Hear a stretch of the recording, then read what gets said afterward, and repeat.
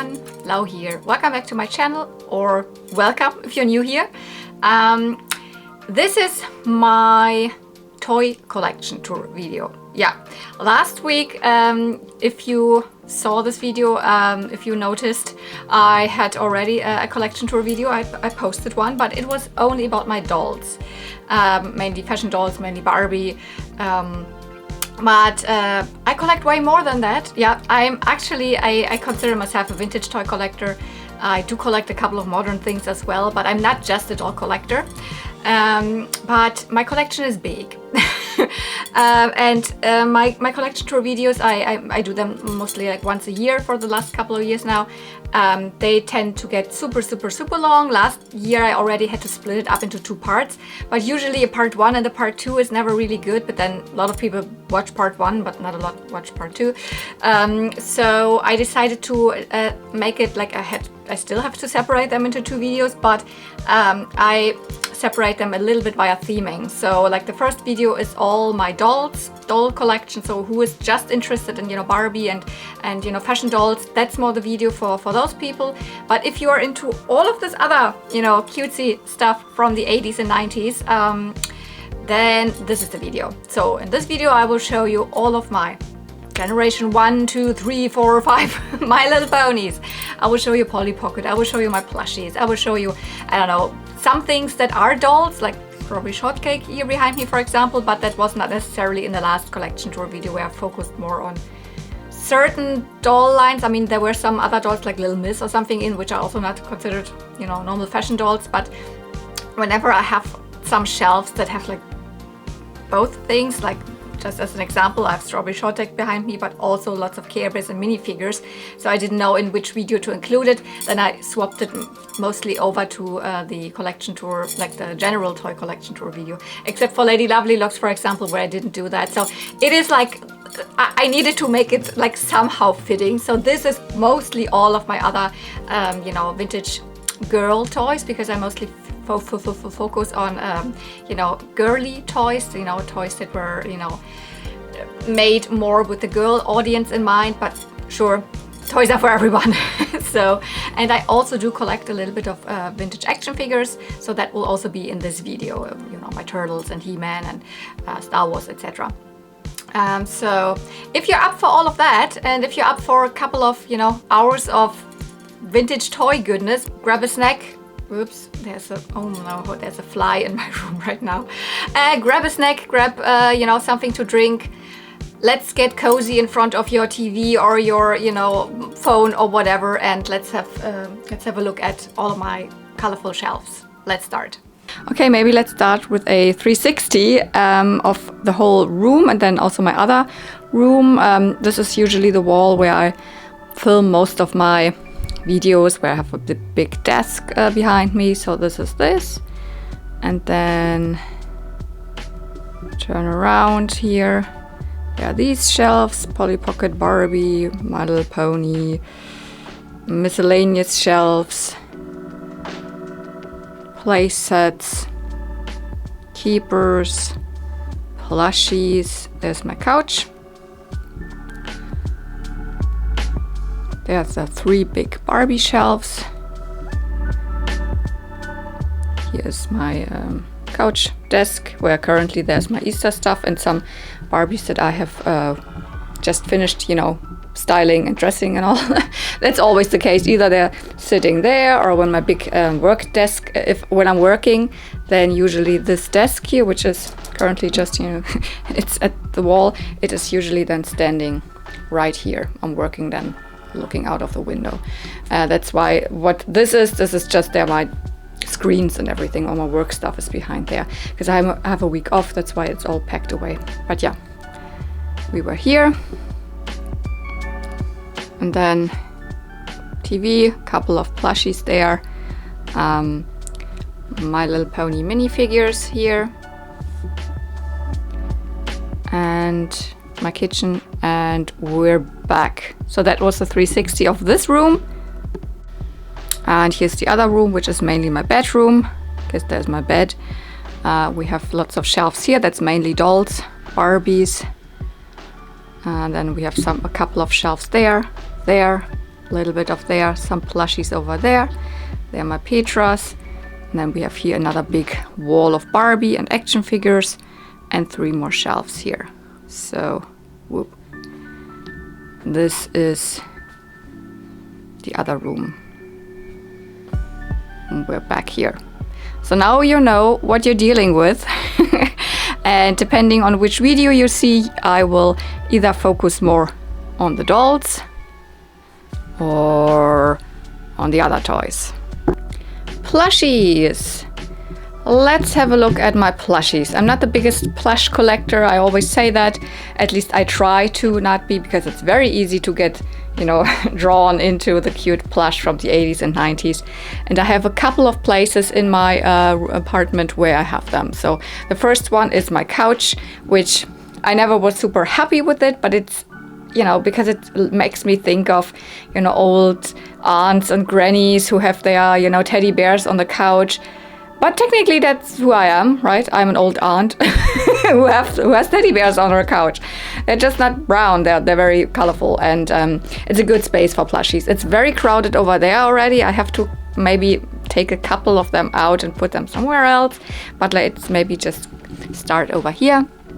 I have a couple of popples sitting here, the bigger ones, and one that just, you know, one of the flower popples where just the color matches them so nice. So we have the bigger baby popples here.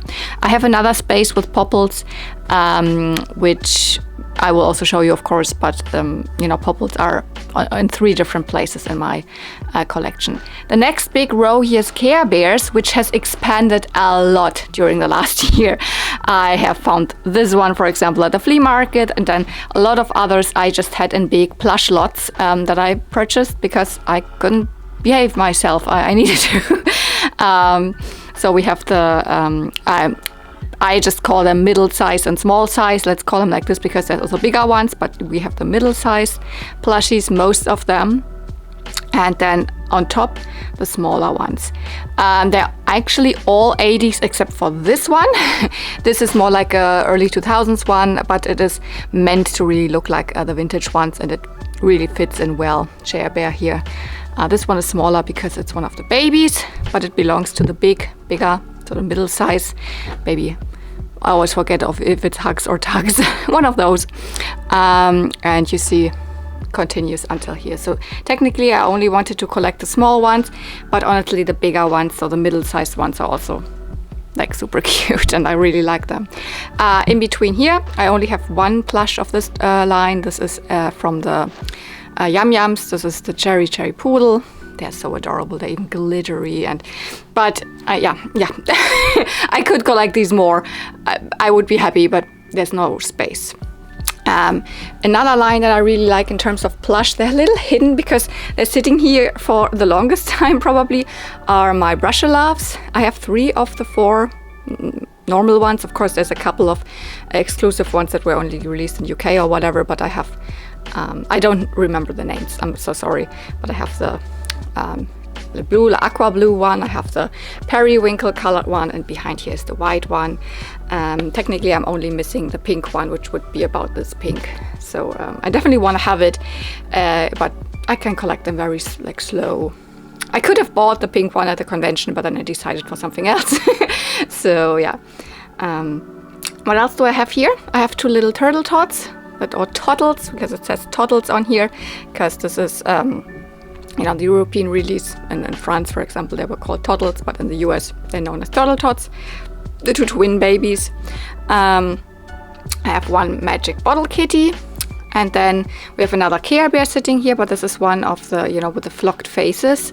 So oh my god, I forgot what they are called, but they are a separate line technically from those, but they are also 80s. So it's just like, this is Bright Heart Raccoon. I don't have very many of the Claire's cousins. I only have Braveheart Lion because I found him at the flea market, lucky me, but they are mostly, you know, more expensive or less often in lots or something, but you know, got this one in Japan. I also have another Care Bear. Maybe if you look behind here, this is one of the 90s Care Bears. They were definitely not released in Europe, that's why I will never really find them much here for the environmental ones.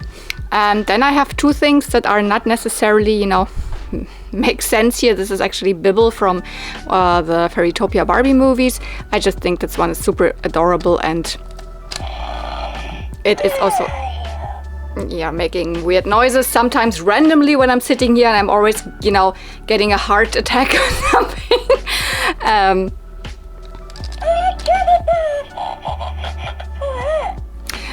Luckily, this one is not just acting randomly. This is a Wovloves.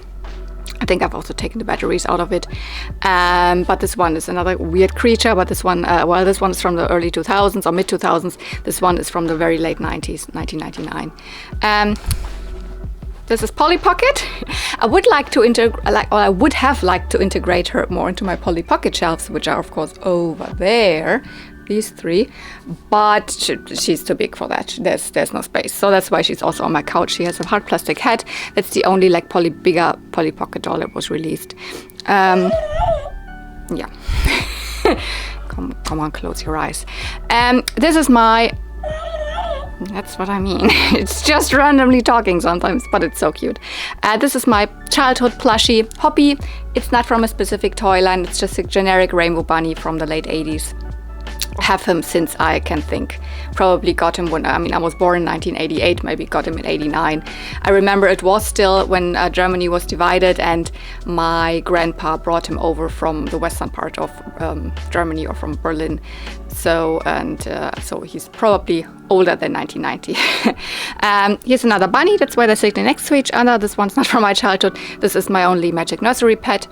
Super adorable. It's not wearing the original t-shirt. This one belongs to a bear. Well, this is a bunny, but this is also another one of the super adorable toy lines that I wish I had more space for. And yeah, I'm not a plush collector, blah blah blah. I wish I had the space to be a plush collector. Didn't focus on this guy here. This is actually my only plush or anything actually from the Wuzzles. Lucky flea market find. Didn't film that day. It was one of the last flea markets of last year, so like in, I don't even remember, November or something like that. Found him at my local flea market. Elaroo, I think that's the name or so, because it's a mix of an elephant and a kangaroo, or I cannot really remember. Does it have the name on it? I'm not super. I've never watched the Wuzzles movies or TV show, but I think it must be something with, because it has a kangaroo pocket, and then this is an elephant. I don't remember why it has wings, but whatever. Let's not question them. They are super adorable. This is also one of the smaller sized ones. I would not mind collecting more of them, but it's also something that I don't need to. This is probably already the one with the best color scheme. I love this one so much. Got it like for what, €3 or so. Okay, this is this plush side. Maybe if I have to stand up at my couch, then I can immediately go to 2 more plushies, because yep, there's one hanging on the ceiling. This is one from the Wingdings toy line that I had never heard of before until I was in Japan. And no, it's not from Japan. I mean, I bought it in Japan, but it's not a Japanese toy line. It's from Hasbro from the mid 80s. And I had no idea about them. They are a mix of, moths and maybe bad creatures. I mean, you can open up the wings. It's just with plush. I actually don't want to do that, then it will maybe fall down. So you can open up the wings, and you can of course take it the other way around, but they have little hooks at their feet, and they came with little hangers, so they are supposed to hang upside down like a bed. They have glow-in-the-dark elements. The eyes and the little patterns at the wings, they are glowing in the dark. And this is a more modern plushie. This is a reproduction of one of the My Little Pony so like softies from the 80s. Just looks a little different, but it's really nicely made. You see, it's Applejack. Got this as a gift from Tommy. What? Do I have any more plushies in here? Yup, I do. Over there. So I have to get a ladder, and then we can talk about these. Yeah, I was already talking about like 3 different spaces where I have popples. This is, I would say, the main space where I have some popples. Of course, also some other toys, but yeah, here's another plushie pile next to the My Little Pony Dream Castle. Right in the front, I have another Brush-a-Loves. This is one of the little Brush-a-Loves. They look completely different than the other ones that I showed you at my couch. They're extremely expensive. This is not the original flower. This actually goes to a Mrs. Potato Head, but as I don't have my Toy Story toys anymore directly in the collection and on display, and I got this recently, so I just gave it to this little Brush-a-Love because there are actually a couple of little Brush-a-Loves that have these flowers on their hair. Anyways, what else? Maybe behind the tail here, can you even see her? I have a couple of Monchishis. I don't really collect Monchishis a lot. I had one as a child, so they are somewhat, nostalgic for me. But I had a normal brown one, and brown and dark colors are not really something I want to have in my collection a lot. That's why I mainly just pick them up when they are like funky, like fantasy colors, and then mostly they are of course fakes, because this is a fake. Behind there, this doesn't even really look like a Monchishi, but it's kind of a Monchishi adjacent thing. This is a fake. Mostly I pick the fake ones up because they have cooler colors. Then this one here with the little monster teeth. This is an original one, but it's more one from the 2000s. It's a squeaker and it's a different character. It's one of the, little villain characters. This one's quite expensive and I will keep it, but they're really cute. Anything else that's not popples? No, I think the rest is popples. Because we can see here some smaller popples.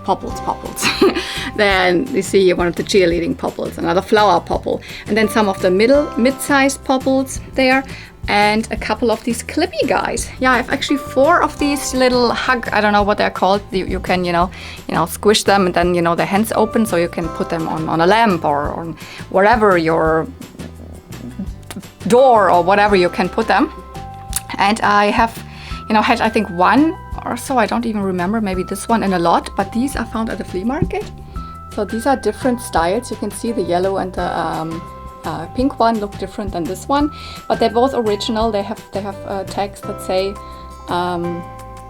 those characters from Cleveland things, so they're originals. Maybe these ones were not made by Mattel, I don't know exactly, but yeah, popples. And any else? Any plush? Yeah, more plush over there. I have 2 more of these little clippy guys. This is another clippy, but it's a Monchishi fakie, and then I have a lots of legs fakie hanging here, also clipped to the dream castle. I have mostly here lots of legs. It's just a really fun toy line. I find them at flea markets here and there. They are, of course, from the 80s, except for this one here. This one is official, and yeah, it's not a fake or anything, but it is from the early 2000s. This was from the reboot line, or not reboot, whatever they released new lots of legs. That's why it looks a little bit different. But I have a couple of the bigger ones, or the bigger size ones, with 3 legs. This is a very, very long one, goes until the back here, and then mostly the ones that I find are these smaller ones. All sorts of different colors, and then I have random other things in here too. Little Furby. This one's just a McDonald's one, and this one is one of the little Furby rockers. And then I have 2 glow worms hanging here.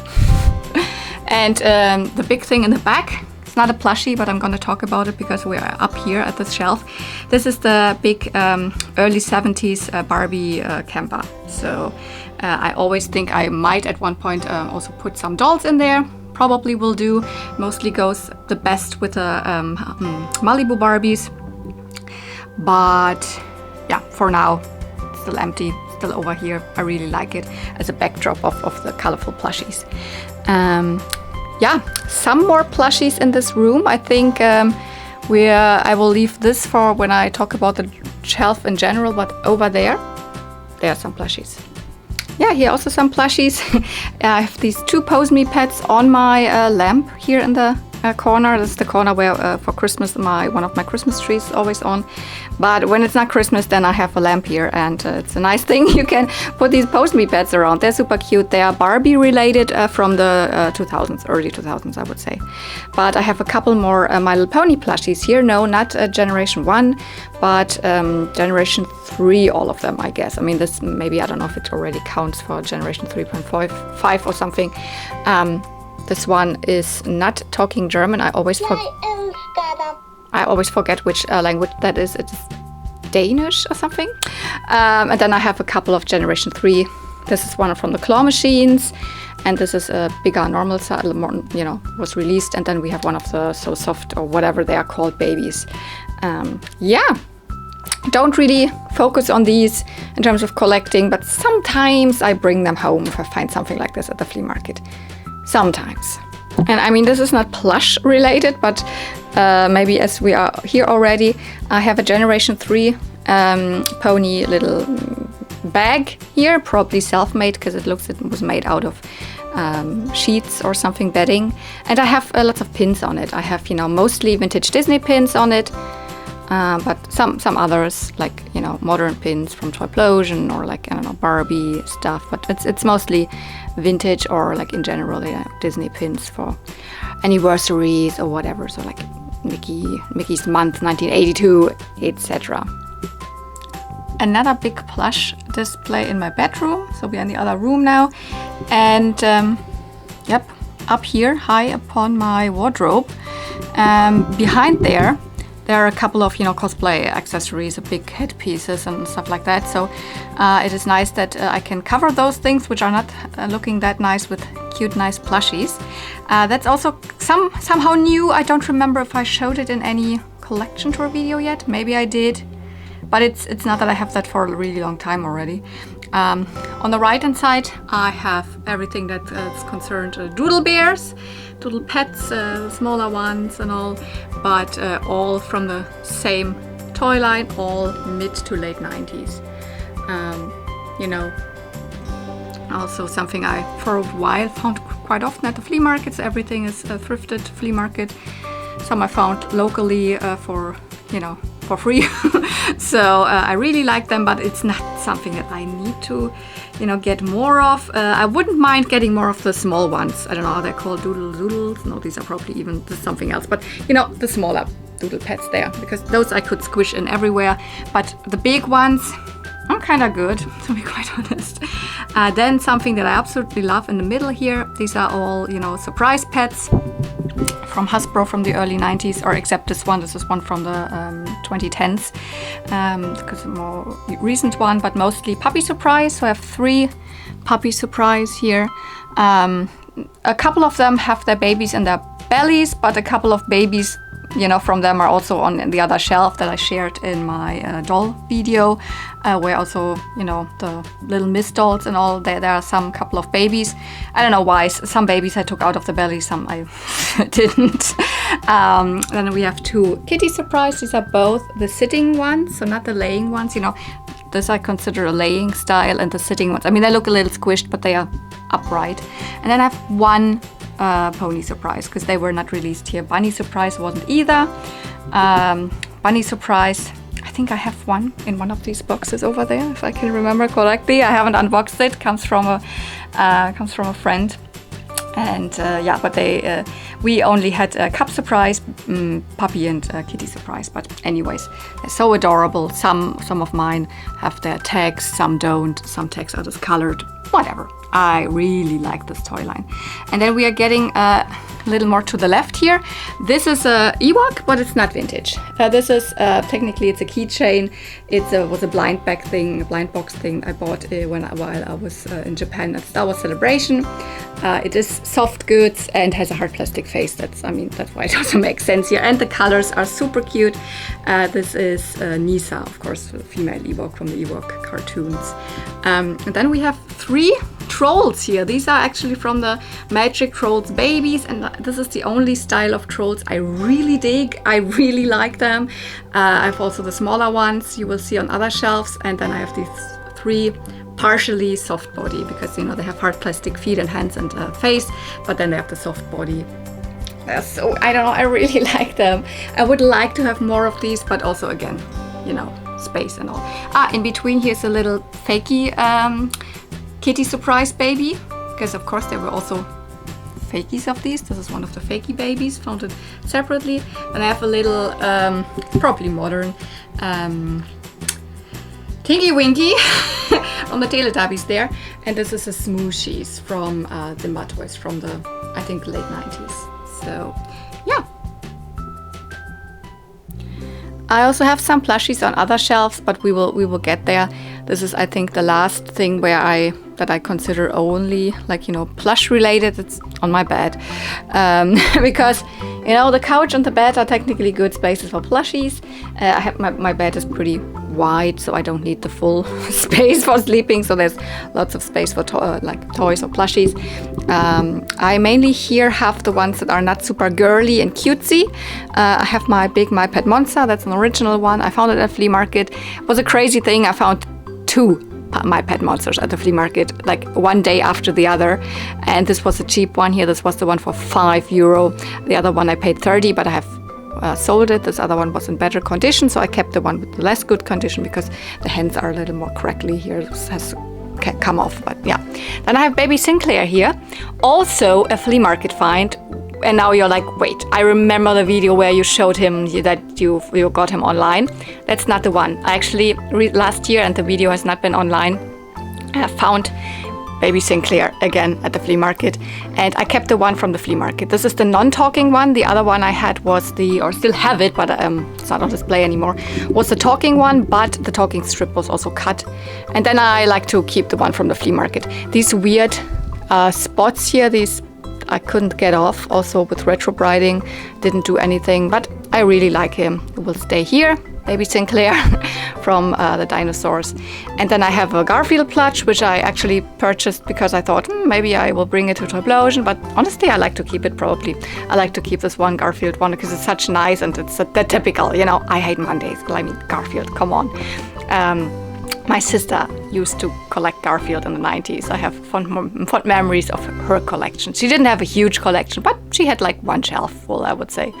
And then I have my new little Digimon plush here because I didn't know where else to put them. They fit at least color scheme wise here a little better than if I would put them on my couch with all pastels. And then in the back there, this is where, you know, my head is more here. When I'm sleeping, I'm next to the Disney plush. I don't really collect Disney plush, but I still have 2 of my Toy Story toys here, because I used to have a huge Toy Story collection up here, where now there's dolls because I needed the space. I still have them, but I don't have them out. I have them, you know, in storage. But my favorite 2 I just kept out, which Jessie is my absolute favorite Toy Story character. I'm really interested to see what they do in the new Toy Story movie with her, because, you know, Toy Story 5, apparently she has a bigger role again. Let's see if that's good or not. And then Lotso. And Lotso is not really a favorite character of mine, but I got him directly in Disneyland Paris, and I remember, like, with my friends, you know, what was like carrying him around the whole day, and he still smells, of course, exactly like I got him that day. He smells like strawberries, and it's not overwhelming, although I lay here with my head, but I really like it. So it's, I don't know, these 2 are my favorite Toy Story toys. And then I have last year bought it in Japan, Cleo from, of course, Pinocchio, but it's so glittery and it's so cute. And then I have Figment, because I really like Figment, the character from Journey into Imagination from Epcot.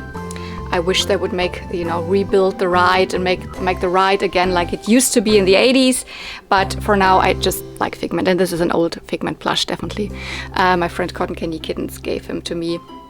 She found him at the flea market. He has an old Walt Disney World tag. So, yeah, I have this weird Pinkie Pie hand puppet sitting here upon my Ahsoka headpieces. These are cosplay related. So I have another shelf that's not full of plushies, but let's continue with it. It's over there. This is my Rainbow Brite shelf. To be honest, it's of course not just Rainbow Brite. There's a couple of other things on it, but the main focus is Rainbow Brite, and also all the color scheme in general is very much like what you expect from Rainbow Brite. Mostly the Rainbow Brite stuff is on the left.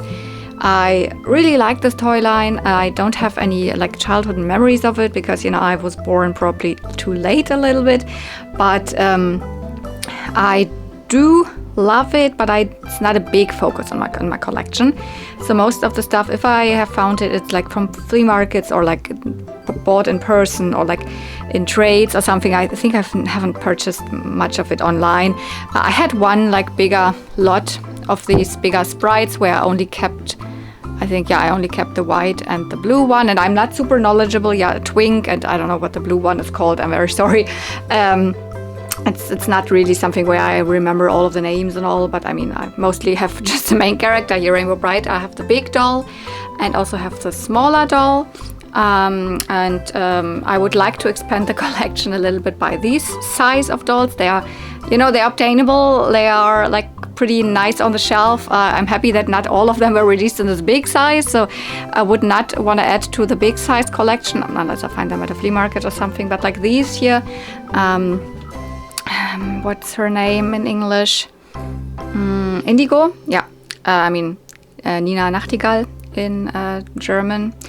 And of course, Regina Regenbogen in German. What else do I have? I have Starlight. I have a couple of smaller sprites, the baby sprites. I have 2 of them. I have one of the headful sprites, but is wearing actually the dress-up Rainbow Brite's dress. And then I have a couple of, you know, smaller things. I think this is actually not her hand sprite, because it is, I think this is, you know, this should be from Bobby Blau. What's his name in English? Buddy Blue, probably.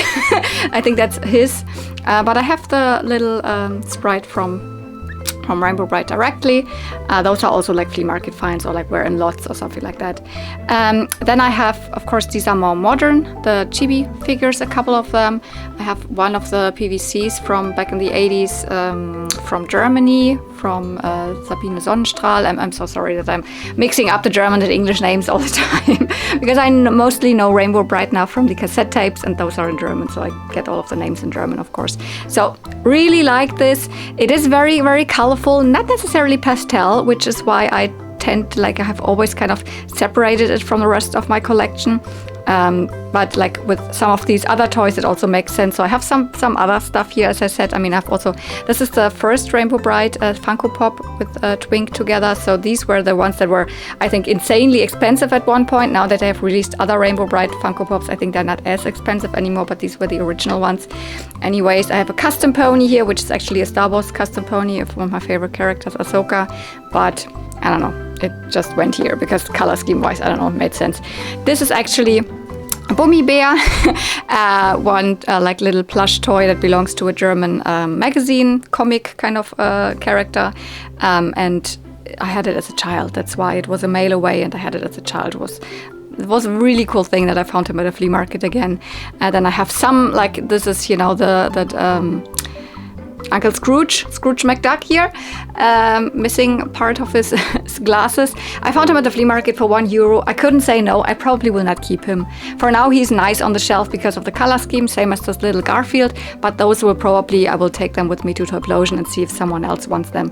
It was really more like because he has an old Disney World tag, or, you know, so he's probably from the 90s or 80s. But one of the coolest things on the shelf is, of course, this one here. We have the My Monster Pet. It's a hand puppet, but it belongs to the My Pet Monster line. A lucky flea market find, also for like a couple of euros. And, you know, color scheme wise, it makes sense.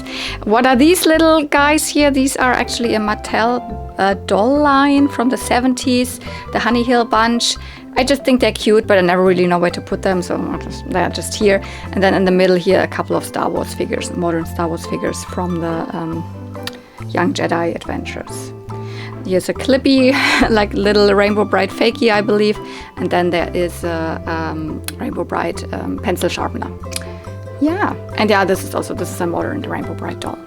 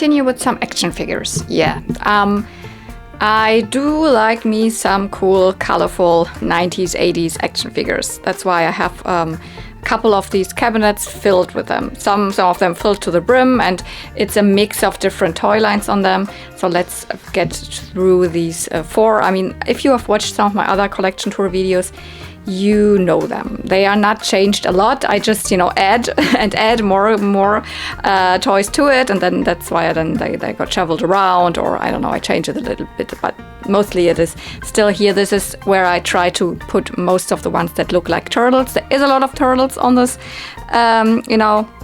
shelf, but there's also Bucky O'Hare, so we have a lot of Bucky O'Hare here at the side, one of my absolute favorite.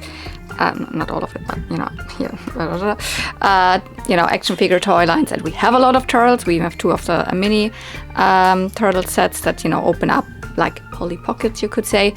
I have a little bit of Ghostbusters here. I have 1 Food Fighter, or I have like 1 Captain Planet here. It's not Captain Planet, it's the bad guy, but I mean, from the toy line, I have 1 Biker Mice there. I think it's one of the European ones, so the later lines. I have 1 Batman that's neon and cool, but then in the back there's a lot of other turtles. Bebop, blah, some of the different characters, and my kind of best find ever in terms of action figures is the Hotspot, including most of his accessories. It's one of the very expensive Turtles figures. So in terms of Turtles, I only have the vintage line, so nothing new. A couple of mini Boglins, a couple of these balls here that are similar to Mad Balls, so these are something else, spit balls, so I've forgotten the name, honestly. And in between, you might always see some very, very colorful little, no, not this one, I honestly don't even know what this is, but it also reminds me of a Mad Ball, has a skeleton face. These very small ones, these are Monster in My Pocket. Most of them are from the dinosaur line, so European line, also the caveman, but then a couple of others. So I like to put them similar to, because a lot of turtles came with, their little sidekick buddies, and I mostly don't have them, or I don't have any of them. But like these kind of are similar, when you put a similar colored toy next to one, then it could be, by the way, this is a Boglin, actually, it's a mini Boglin. There's a baby Boglin, and this is a mini Boglin. I don't have any of the big Boglins. But when you put similar colored ones next to the figures, I kind of like that. So yeah, that's this one. And I have a couple of, things here, some turtle stickers, a turtle sticker postcard, and some other cool, gross out cards here at the side. This shelf, the biggest chunk definitely is Street Sharks and Extreme Dinosaurs, because they are big. That's why it's the biggest part of it.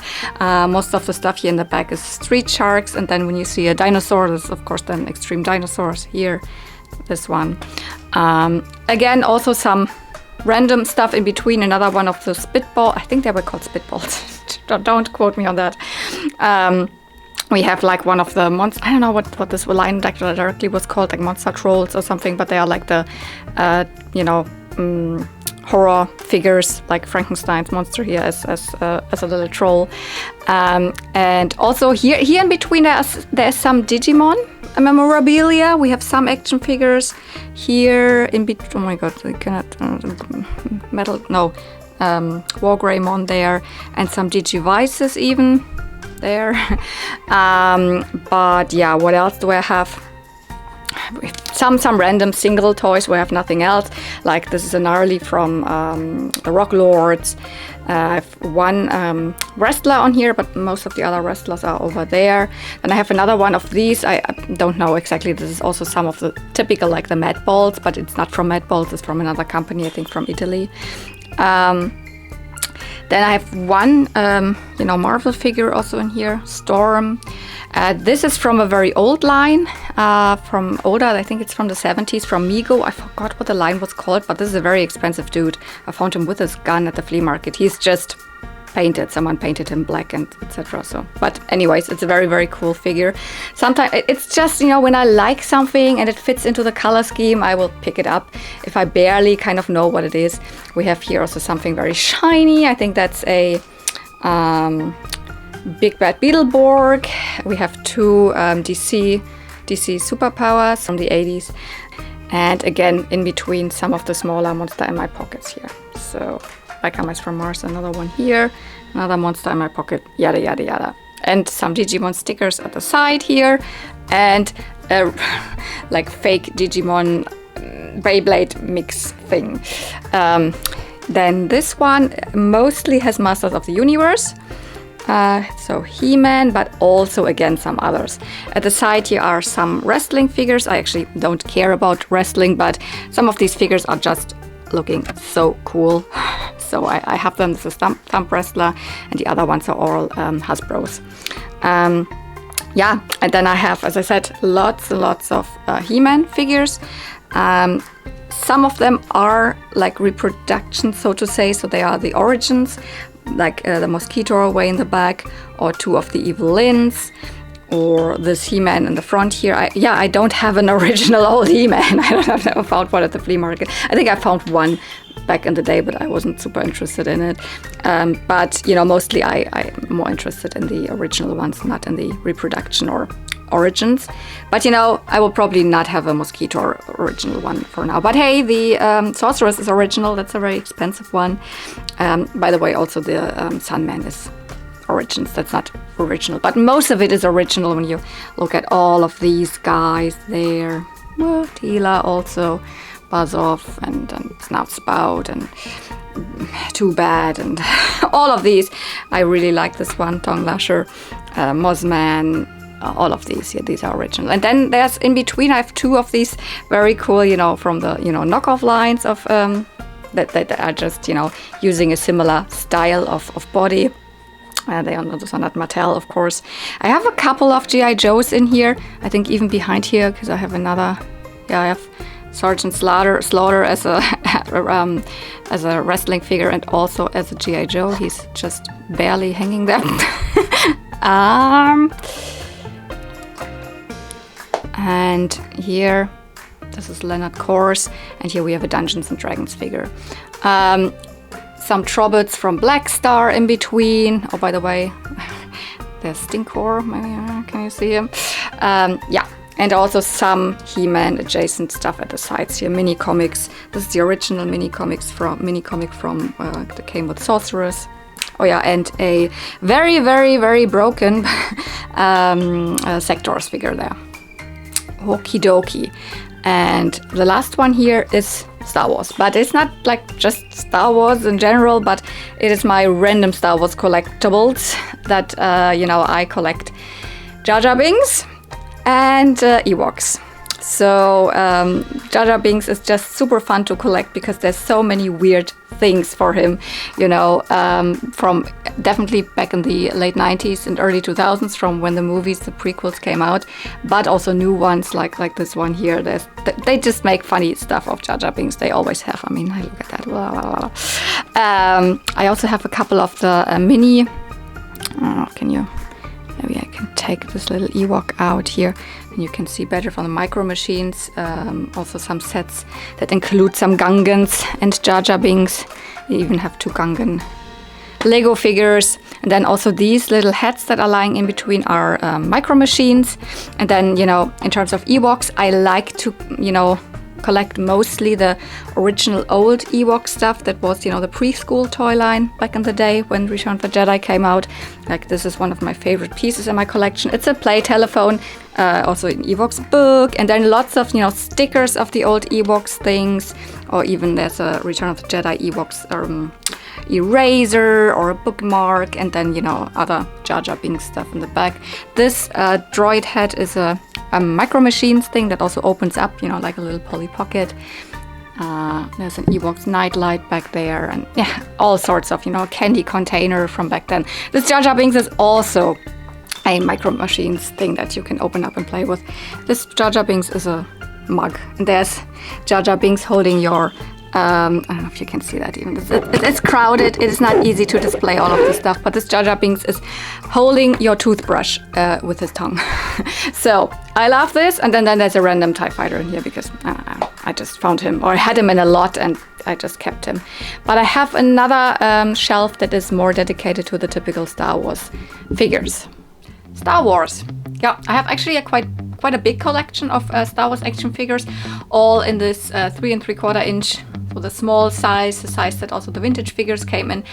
But I have recently, maybe you've seen the video where I rearranged my Barbie shelves. Yeah, I wanted more space for Barbie, and that's why over there was Star Wars. I had to like relocate my Star Wars figures, and I had this cabinet still, you know, empty. And of course, this does not hold all of my figures. I have like 4 times the amount. But I haven't thrown them away or anything. They're still, I have them here in a bag that looks like a garbage bag, but I swear it's not, they're not garbage. And I rotate them now. This is already the second batch that I've put.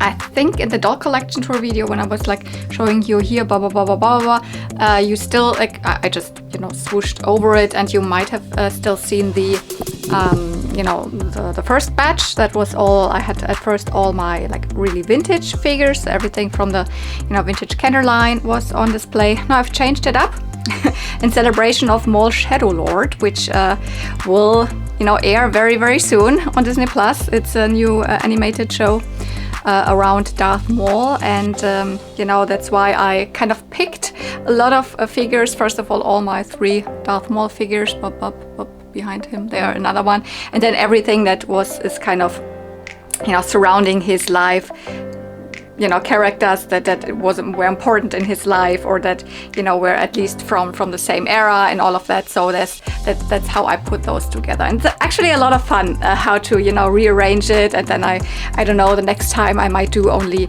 you know, the Woman of Star Wars, or at one point I will do all Clone Wars figures, or only Jedi, or something like that. I can always make new you know, new themes for this shelf. So for now it is, you know, in the middle, my favorite Maul and Savage Opress figures. And most of these are not vintage. Most of these are from, you know, the 90s, 2000s, and very new. So all a mix of that. But yeah, those are in the middle here, and then, you know, it's from the back row is like episode 1, because, you know, Maul technically comes from episode 1. By the way, if you're wondering, wasn't Darth Maul the guy who was cut in half in episode 1? Yeah, he was, but he survived. That's something that Star Wars does a lot, you know. Characters that you think are dead, they're not actually dead, and they come back. But with Darth Maul, it was amazing. So he has been also in the Clone Wars, in Star Wars Rebels, and now he kind of gets his own show. It's like, I cannot wait. I'm so excited for it.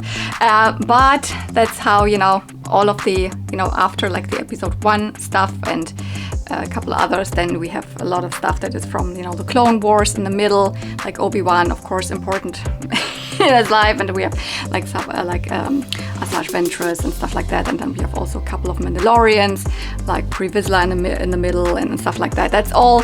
If you're not really into Star Wars, then you might be like blah blah blah blah blah. But for me, that's important. Star Wars, I do not just collect for, you know, the figures or the vintage or something. I collect Star Wars because I'm truly a huge Star Wars fan. So yeah, and then also Rebels characters here.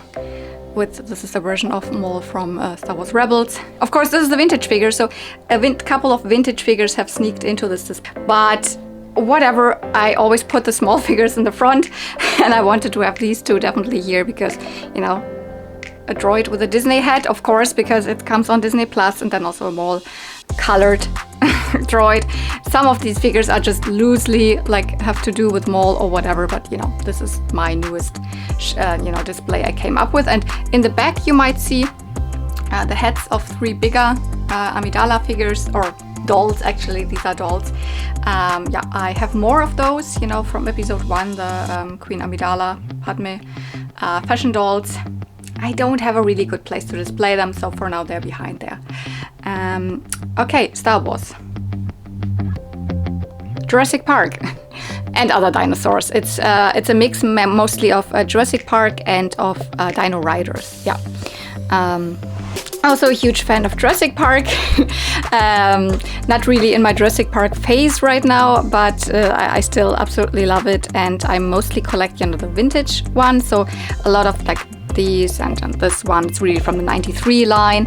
Then I have a couple also in terms of the figures, for example, or this Pachycephalosaurus, also they are from the second one, so from 97 then, from Lost World. I also have these comics here, and this promotional thing for the Lost World, for the comics.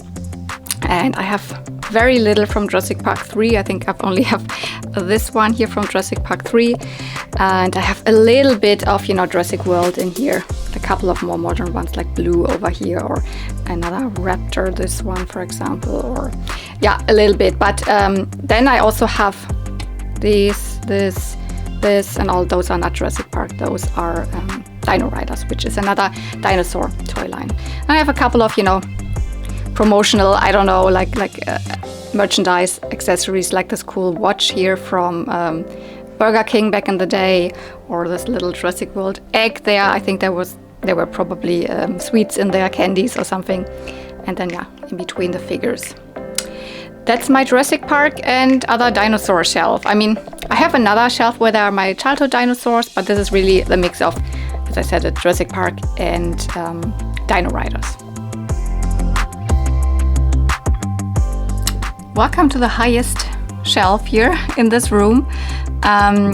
Here's mainly like Mighty Max, some other, you know, action figure, boy toy, whatever, toy lines, and a little bit Funko Pop and dinosaurs. Here right in the back, my big Godzilla. Of course, one of the many, you know, knockoffs that, you know, were out. Probably not from Imperial or any of those companies, but, you know, found him at a flea market. He's really, really cool. Has a long tail. That's why I can barely fit him on any shelf or whatever. But here he's perfect. He's roaming over all of my, you know, collection, so to say, or at least in my bedroom here. I have another one that's also some kind of, you know, kaiju guy. I think he has a name. I forgot the name of this guy. Also found him at the flea market. So it's kinda a little bit like a Sophobie, but it's of course just, you know, was sold here. This is actually a little Sophobie, like a more modern one, but I bought it in Japan. This is an Ultraman villain. And then I have a couple of dinosaurs here that are not specifically belonging to any toy line, but I had them as a child. So these are my legit childhood dinosaurs here. So not all of them. So this one I found back, and this one in the back. These are not the original ones, but all the others I directly played with. This was my favorite. I have the big Mighty Max Skull Mountain, and then, as I said, more Mighty Max here in the middle. There's lots of space for more. Mighty Max, if you don't know, is the Boyd equivalent to Polly Pocket. They're amazing. They look really cool. Some of them I found at flea markets, a couple of them picked up at conventions, some of them were trades, whatever. It's nothing that I will purchase online, but I'm always happy to add to this collection because, you know, they're so cool. The one in the back is just a kind of a bootleg, a knockoff. It's not directly by Mighty Max, but you can also open this up and it comes with little figures. Also, these are Mighty Max, these are the smaller ones. And most of these are the Doom Zones, so the, you know, middle-sized big ones. And then here my only Transformer. I'm not really a Transformer person. I don't know much about it and all, and robots, not necessarily my thing, unless it's, you know, droids and Star Wars or something. But this one I found at a flea market. I think it's a European Transformer from the, you know, still from the first generation, but into the second generation, so people call it maybe 1.5 or something. I think they have really cool colors, and this is one of the big bad guys, so I really like this one. But I don't need any other Transformers, unless I find them for super, super cheap at flea markets or something. Here's another part of Star Wars, like my Ewok collection kind of expands here. I have this, what are they called? Presto Magic. So these were the rub transfer things. It's in there. It's a super cute thing, but you know, it is more like a display thing. Super duper cute. And then I have, this is something that I've changed. I had my dinosaurs actually back in one of these shelves before, but they are now here because they're complete. I mean, the characters, all of the characters that were released from the original Hasbro line from Dinosaurs. Dinosaurs is one of my all-time favorite TV shows. It's so good. Like literally, if you haven't watched it, do so. It is so good. It is so so meaningful, all the topics that are covered in there, and it's like goes so deep, what you wouldn't expect from these silly dinosaurs and, you know, dinosaur costumed guys walking around. But I have the full family, including also BP Richfield now. And yeah, some Funko Pops still in the collection. I had a huge Funko Pop collection at one point, especially Star Wars and Disney, but I only kept out here for display some of my favorite Star Wars Funko Pops, which are, you know, mostly the Rebels, Star Wars Rebels Funko Pops. And have another Ahsoka here. So if you were wondering about this pony, this is, you know, a custom My Little Pony of this character. I cosplayed her so often. And she used to be a big part of my, you know, life, so to say. And this is one of the, what was the line called? It's a Hasbro line, Forces of Destiny. Most of the dolls are not really good, but the Ahsoka doll is actually pretty good. Yeah, and Legolas, the duck, is over here.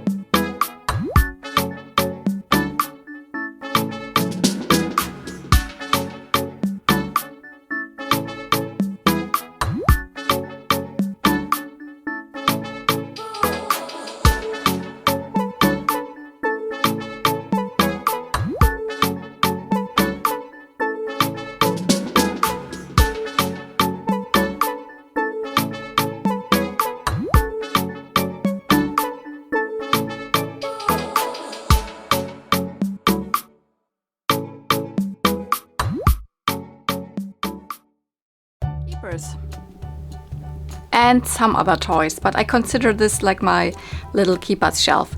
I really like this toy line. This was one of the first toy lines next to My Little Pony I started collecting. But the truth is, a lot of them are very big and the shelves fill up very easy. And then, you know, I also squished in a lot of, you know, random other stuff, some fakey ponies. So this has not changed a lot, I believe, though I have squished in some other stuff. The very top still has all the keepers ponies that are in the same pose. So the music and jewelry keepers, and the normal keepers horse, all, you know, diamond technically. And in the middle, very similar mold, though not from Tonka. As one of the musical Dream Ponies by Lucky Bell. I don't know, they kind of used almost the mold of the Tonka keepers, but I don't know, it's a different company, and you know, they made all sorts of different colorways, because I have another one. There's another one that's also not a keeper's horse, but it's also one of the Lucky Bell horses. I have some more that are fakies on here, but they're so adorable, like this little horse, this little pony, but also like similar to a baby keepers, and then this little swan. This is so adorable. So some of the fakies are just super cute.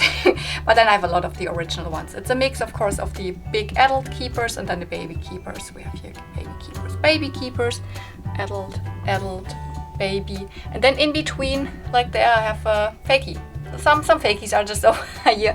Also like this one of the garland fakies, and then the crumpet fakies. And in the front, some more keepers. This little plushy, furry kitty there is actually from the, the Sweetie Pups, but the Sweetie Kitties line. The only one I have, and absolutely one of the most expensive things I purchased while I was in Japan, but it was worth it. I love it so much. I also have some finders in between, like this little guy there. And then here, more of the same. Some adult keepers. Also here. And some baby keepers, always the smaller ones, front there. And here you see I have some of the brushes and keys hanging. I don't have that many. There's also some in between. Sometimes the keepers itself have their brush in them, like put you know, to them. You know, little kazoo here in the middle, the penguin. It's from the first wave of keepers, the only one I have. All the other ones are second wave with the glittery eyes. I think only the second wave was really available in Germany. That's why I mostly find those. And yeah, some more of the finders, and then also 2 Remco fakies here in the front, and another Simba fakie. Rehaired, of course. This one's rehaired. These are not rehaired, but they're really cute fakies. And another one of the Garland fakies. And I do actually have one of the Garland fakies also in yellow, and I wonder where it went. It's not here anymore. It must have fallen down and then probably somewhere on the couch behind or something like that. Really sad about this, because these are one of my favorite fakies, the little Garland fakies. They came in different colors, and I also had a yellow one, and I don't know where it is, but yeah, that's how it is. I have showed you a couple of things on this shelf already. Like in the doll video, I showed you these dolls. When I was also her. When I was talking about Plush, I was already there. But now I think it's time for tackling the whole shelf. Yep. And it's a segue into My Little Pony, I believe, because then we are getting to the ponies. I have mostly boxed playset things, and then, you know, also some other stuff. But I have the pony playset there, the pony school with the box. It's out of the box, but I have the box, you know, and nothing is sealed in my collection. I hate that. I don't need sealed playsets, that I could just have an empty box because I don't see it. I have a couple of other things, like this My Little Pony game there, like a little stamper board game thing. I have a Piccolo pony, so petite pony house. This I don't have out of the box because, I mean, it has so many mini pieces, miniature small pieces, that if they would fall down I would never find them again. That's why it's more secure if I have it in the box. I have a couple of books and, you know, little smaller books and all of My Little Ponies scattered around. Unfortunately, one of them fell down behind the shelf, and I cannot reach it anymore. It's so sad. Yeah, that's a risk that I take when I put things there. Oh no, it wasn't the My Little Pony book. It was actually a back card of a fashion pack from the Wee Little Miss. But this was, you know, there, that fell down. I cannot reach it because I will never ever, unless I move, you know, I move places, then I might put the shelf somewhere else, you know, have to get it out there. But no, not doing that. Then what's this little pink girly there? This is actually a Miss Party surprise from the very late 90s, probably rather early 2000s. And I have a couple of other, like here I have the My Little Pony. I don't know, people say either it's a lunchbox or it's a cassette, you know, luggage piece, or it is just, you know, a little box. But it's Generation 1 My Little Pony there. Here, this pink thing laying there, this is a air mattress. Of course, deflated. I had it inflated, hanging on my wall for a while, but it doesn't keep the air so well, so it's nicer if I just put it there. Then I have some it's Brazilian My Little Pony cards here, or like party favor things. I have a Cindy fashion pack from the 90s because it has ties to My Little Pony, because it has the same little bunny that came with a couple of ponies. I have some Generation 2 My Little Pony play sets back there, and this one, and also the matching pony to it, Generation 2. This is not a real thing, this is a fakie, but someone put it in a nice box. It's really cool. Tommy made that for me a long time ago. It's one of the glow-in-the-dark fakies, the little baby pony Sternwind donkeys. And then we are getting here into my wingers. I have this little, you know, see-through tree, you could say, with all my winger ponies, Summer Wings and Windy Wings. You see some of them I have duplicates because I have the China version and then the Hong Kong version. They differ in, you know, their wings. Some of them have more translucent wings than the others, and some of them I just have doubles. I think little flitter here I just have a double because I could also sell one of them at one. Maybe I bring one of them if I think about it, like to Toyplosion with me. I don't need a double of the same pony if it's not a variant.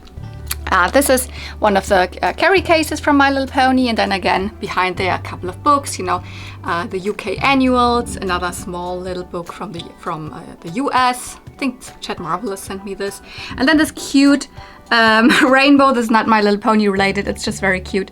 It you know, can light up. It also can make noises, but I mostly just leave it like this. I have the purple version of the Pretty Parlor here with the accessories that came with this version of the Pretty Parlor. These here. And then I have a couple of sea ponies in their little floaties up here.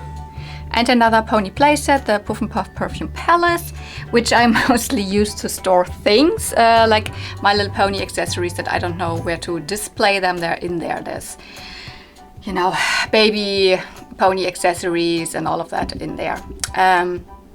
And then you might remember this from a really recent video. Yeah, the My Little Pony Always in Fashion, the fashion tote. This now has all of my Little Pony fashions. So all of the pony wear is in there. All soft goods from My Little Pony I collect in there. This is a really good place and it's just cute also on display. Another pony playset, the Baby Bonnet School of Dance. I don't have it complete. I have very little pieces to it, but honestly it looks super cute just like this on display.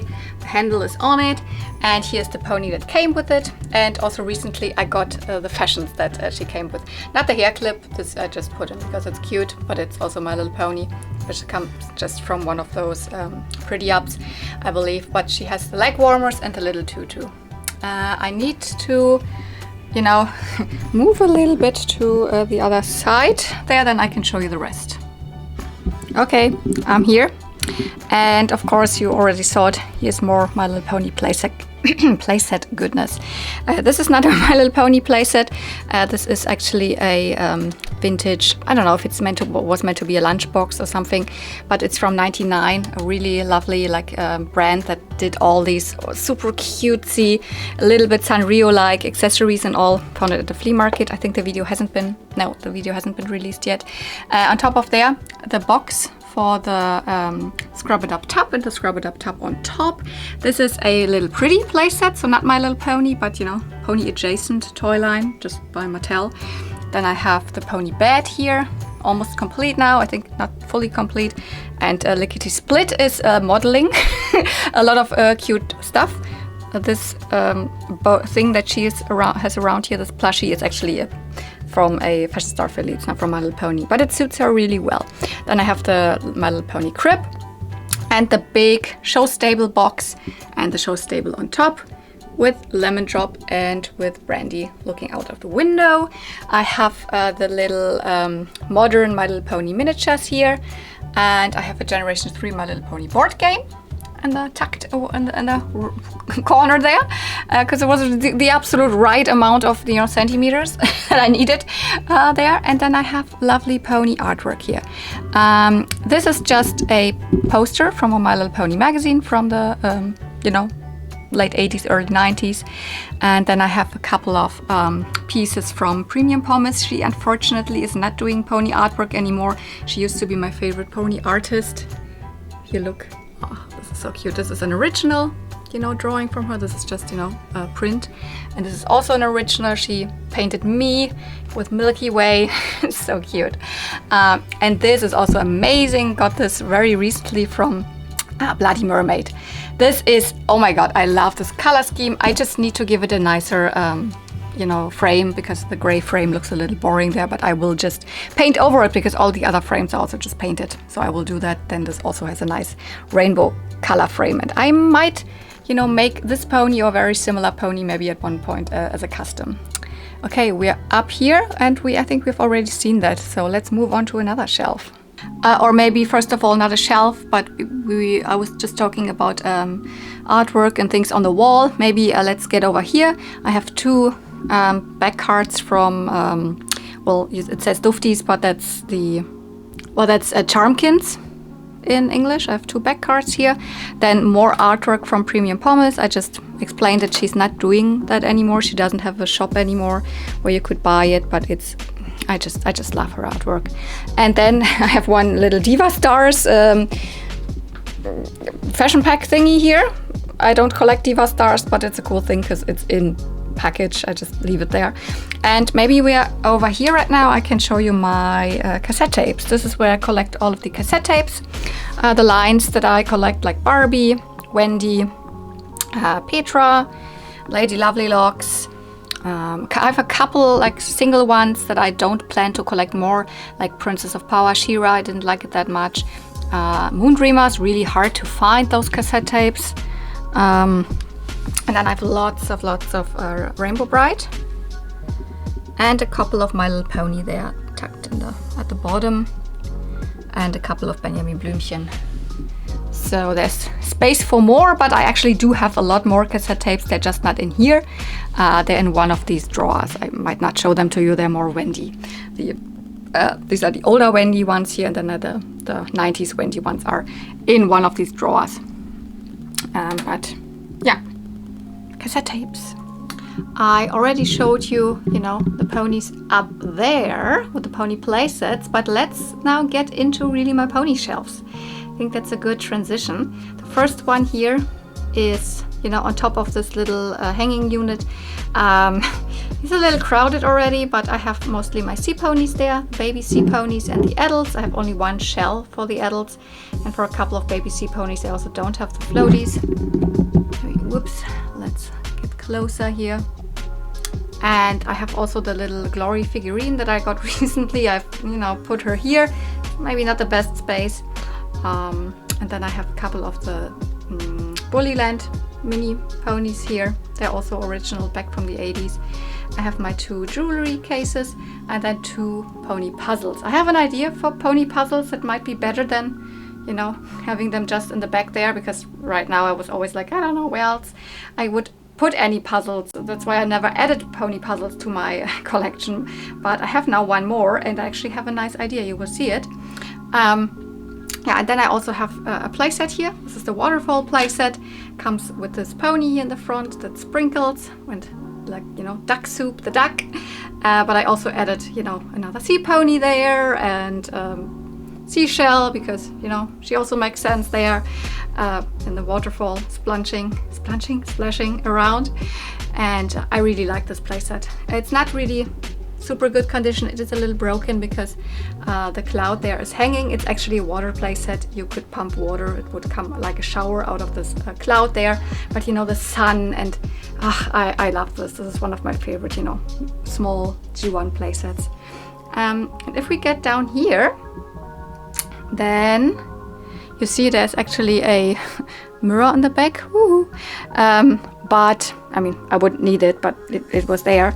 This is a unit from IKEA that I think they don't sell anymore. We were lucky to get one of the last ones, actually. And I have a lot of different pony lines in here. I would like to change it up a little bit because I don't know, it looks a little cramped, but for this collection tour video I did not rearrange it because, I mean, it's fine. Why do I always have, space in the middle there where nothing is? It's actually because when you close the doors in the middle, I mean, then there's wood. See, I mean, sorry for the for the ring light here. And that means the ponies or whatever is standing directly behind there is not seen really. So that means some of the princesses are also not seen that well, like these two there, Princess Royal Blue and Princess Primrose. But I mean, it's okay because I sometimes open up the doors like this. There's also the two little Takara baby fakies. They're not fakies, they are technically just from the HQ G1C. So I'm not super crazy about them, I don't need them, but I got them, as a gift. So why not? I keep them. But here, oh my goodness, my pony friends. Yeah, I have them all. I have the full set of pony friends. All of the ones, I mean, the pony there, this is Sip and Soda pony. This is not from this set, but all the ponies that are not ponies, the adult ones you could say. And then in the front, the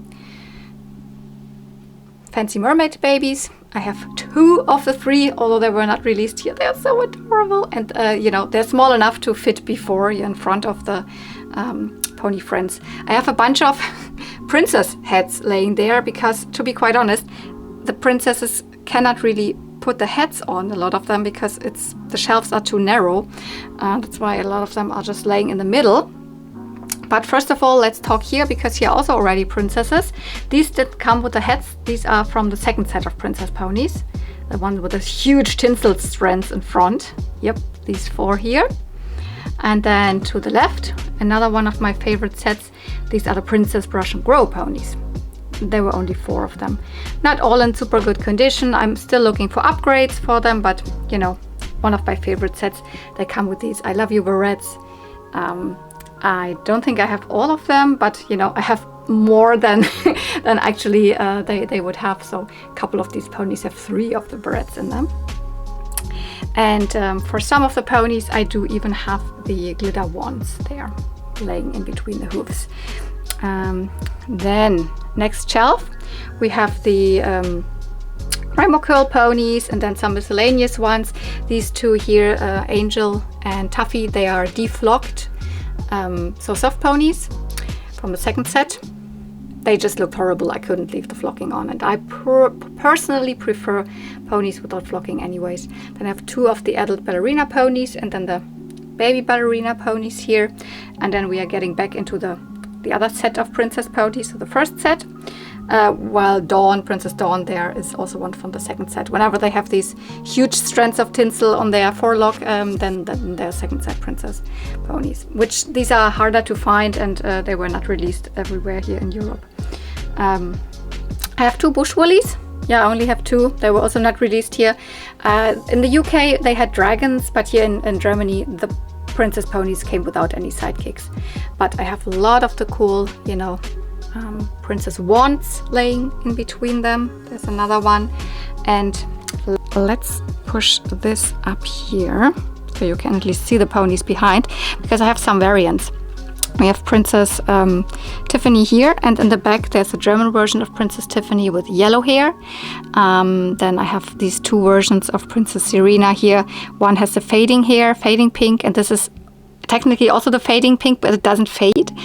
These are also 2 different variants. She doesn't have the pad pending, so it's crossed out. So this is also said to be a version that maybe was only released in Europe or in Germany or whatever. Here is another one of the German princess ponies, Princess Sparkle, and here's the normal version of Princess Sparkle. They just differ in the hair color. She has a cut hair, but still she has hair, so you can hopefully still see that she has a different hair color than this one. Yeah, princess ponies. And if we go one shelf further, there are the sparkle ponies.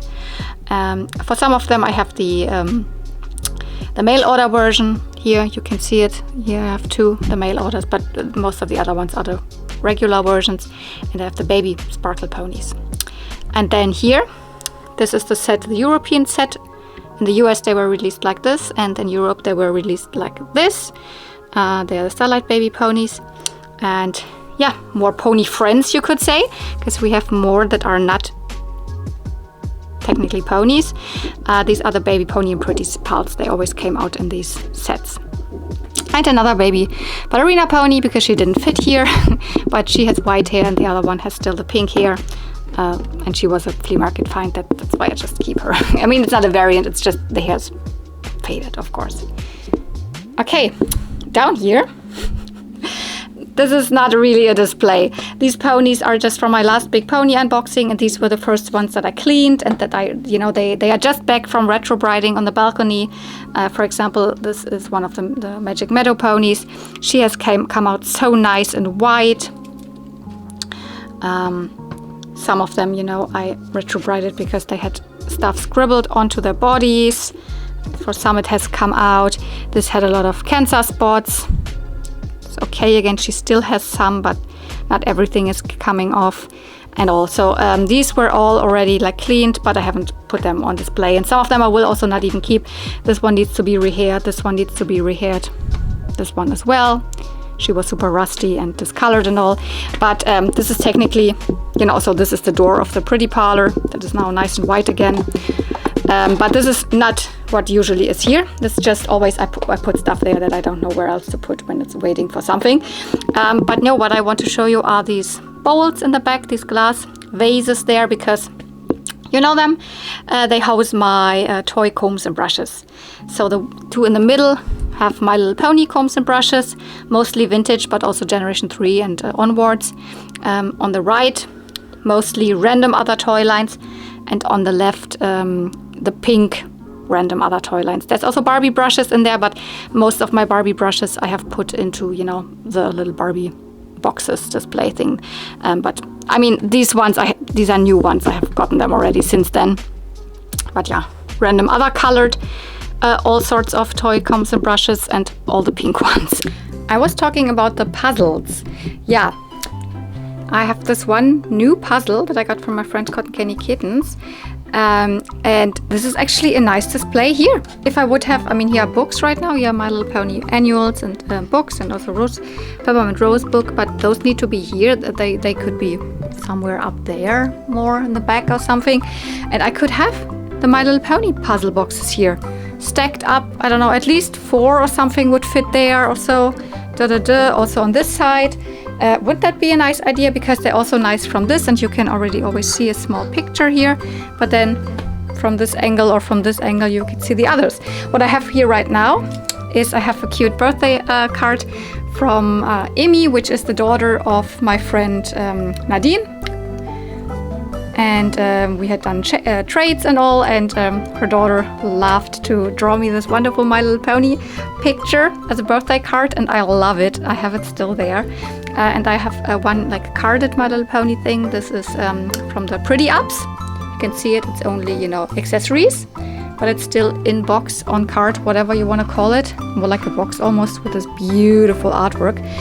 But the idea would be, if I get more My Little Pony carded things, not ponies, but like accessory packs, pony wear packs, stuff like that, wouldn't it be a nice idea to have them hung up there?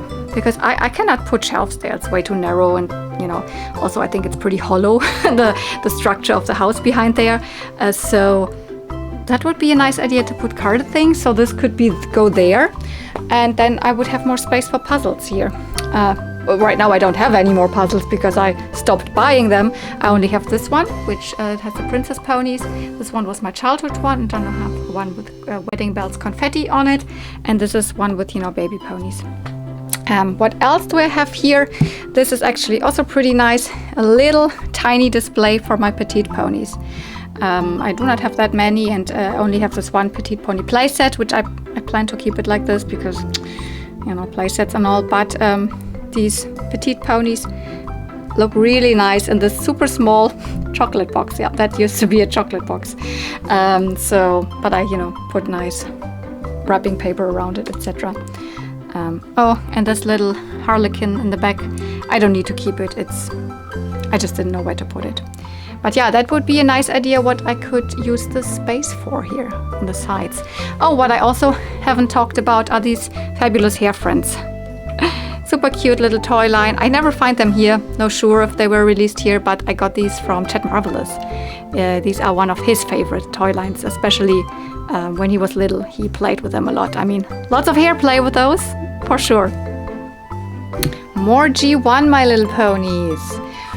If you have watched my other collection tour videos, then you know also this shelf already. I haven't drastically changed anything, but let's still talk about it again. It's loose ponies, as always. I have the Lullaby Nursery in the back, open. This is one of the big G1 My Little Pony playsets, but I use it for displaying baby ponies, mostly newborns, the teeny tinies, and also the drinking wets and some others. But on the sides here, I have a couple of carded pony wear sets. This is one actually from Argentina. Here I have one that is from Italy. Then I have a UK one back there, and there's none. There's none over there. As you might have seen, I don't have any ponies on card or ponies in box. I like boxed playsets, and I like carded pony wear, but the ponies need to be out. I really wouldn't, even if I would get one from someone or whatever, I would not keep it. I would rather than, recoup the money into getting a nice, open My Little Pony. So what do we have here? As I said, mostly babies. Back there we have a baby Applejack, and then we are starting with lots of newborns. A couple of them, this one is from the UK Pony Club, so a little rarer to be found, same as this one here, Baby Game Time. But then mostly always twins, so the newborn twin sets. Let's take this one off and you can see the other twins behind their back better. I don't have all of the twins, like I believe I'm missing the matching one to this here. And I'm missing at least one more probably, but these are a set, these are a set. Maybe I'm just missing one, I don't know. Why do I have here her? I don't know, but she is the glittery cutie mark version, so the US variant of Baby Moon Dancer. Then we have mostly families here, but not only. Another set of baby ponies. These are the best friends ponies, and we have Lucky the Stallion here at the side, and then we have the Apple Delight family here. We have a Lickety Split family, which this is not a thing. There's no Lickety Split family directly, but technically there is, because I have 3 different Lickety Splits here. One of them is Italy, that's the one with the blue eyes. And then I have, this is the Spanish Lickety Split, and this is I have the normal Hong Kong Lickety Split here. And then we have 3 different Lickety Split babies, because, you know, we have the German one, we have the Betty by Eye one, and we have the normal first tooth one. And I even have a puffy sticker that came with a Lickety Split here, so the real Lickety Split sticker as well. Then in the middle here, maybe I change to here, can better see it from here. In the middle, at the top, actually on top of the Lullaby Nursery, this is the baby pony that came with the Lullaby Nursery originally, this baby Tiddlywinks. But yeah, on the top shelf here, the super small ones, these are the teeny tiny ponies or teeny weeny ponies, and then more sets of newborn twins, and the drinking wet baby ponies at the bottom there. Yeah, what do we have here? A couple, like 2 more teeny weenies, teeny weeny twins, and then these are the German Nesthäkchen baby ponies, so the nursery baby ponies. I'm missing baby Blubberchen. Yep, that's high on my list, but I have baby Würfelchen and baby Schlummerlein. So these were German exclusives, and this is also a German exclusive thing that came with her, with baby Würfelchen. It's a smaller playpen than the others. But then, you know, I have some rattles laying here and there, so not everything not necessarily always belonging to the ponies. I have a couple more playset pieces there, some rockers, one of the little, diaper changing tables that came with the drinking wet baby ponies. We have one of the sandboxes there. You didn't even see it, oh my god, because Lickety Split family is actually blocking it, but there are, maybe let's take out the Italian Lickety Split quickly. There's another set of newborn twins, and they are standing, can you see them, inside their little sandbox. These 2. Whoop, whoop, whoop.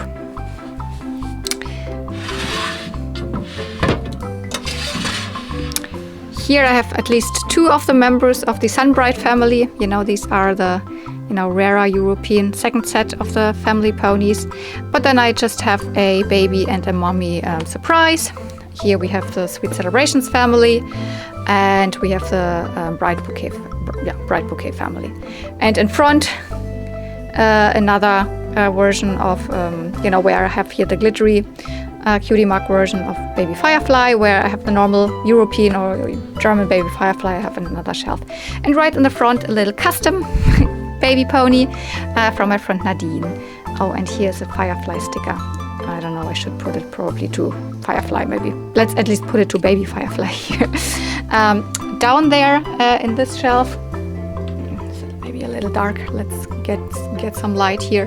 There are the set of the baby rainbow ponies, or rainbow baby ponies. Not a rare set, but a kind of sought after set, because who can resist baby rainbow ponies? And these are the only set of rainbow baby ponies that was out. Down here, whoops, I think I need more light. Although it is light outside, but now it is the afternoon and the sun is standing, so my room doesn't have that much light anymore. Yeah, what else is here? This is more like the normal display style with, you know, risers. I have 4 of the perfume puff ponies in the back. Here we have 2 Brite ponies, the one on the right and the one on the left, but they are the different versions. So Pony Brite and Bridal Beauty on the right. Then in the middle, these 2 with the eyelashes. Yeah, these are princess ponies, Princess Royal Pink and Royal Purple. Both of them have crowns that look very similar to their crowns, but both of them are not the original crowns. But hey, I would probably never have the original crowns. These here are the Celestial ponies. They are a modern pony set made by Basic Fun. They look like ponies that were never released back in the day. They look like the prototypes that were just released.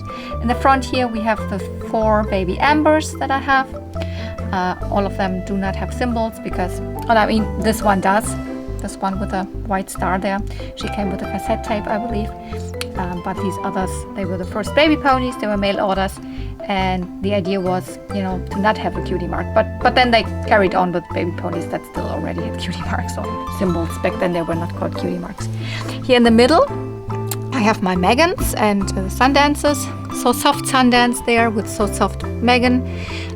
Twice as fancy Megan and twice as fancy Sundance, and the normal Sundance with normal Megan. Molly here in the front, and baby Sundance, and then there's another Megan wearing a different outfit. 2 more of the second set of pony families, family ponies. What was their name? It's not Berrytown, because this is baby Berrytown. And this is the Sunbright family. Oh, I have forgotten the name. I'm so sorry. I cannot think of the name right now. I'm super sorry. Yeah, I'm the pony expert, I know, haha, but also I do not know everything, like I have memorized everything. The super sparkly one there with the crown, this is a European exclusive, a very late pony. This is Princess Sparkle or Princess Gloria. She is very sparkly and she has fiber optics in her crown so she can light up. Let's switch. Whoop. And whoop. Here I have most of my Big Brother ponies, or all the ones that I have. Also 2 mountain boys. I do not have many of the hats, but you can see I have some of the hats. But to be quite honest, the hats are also covering the faces.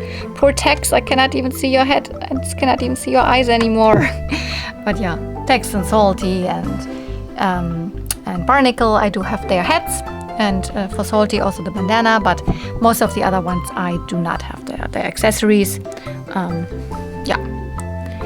Here Thundercloud and here Fireball. These are UK exclusives, so these are from the Mountain Boys. And here are the baby Mountain Boys. These are modern, so these are from the HQG1C, so they are customs. In Berrytown, I already said it. And in the back, they are the Secret Surprise ponies. I wanted to say Precious Pocket. No, that's a different thing. Secret Surprise ponies. If I get more Big Brother ponies here, then I would totally maybe squish these together to have more space there or something, because I'm still missing a couple of boy ponies, definitely. So if I get them, I wouldn't know where to put them. But yeah, there's probably a little space if I do something with the Secret Surprise ponies. I do not have any of their keys. I have just one of their brushes, but I mean, they're beautiful enough like this. So yeah, that's this pony shelf.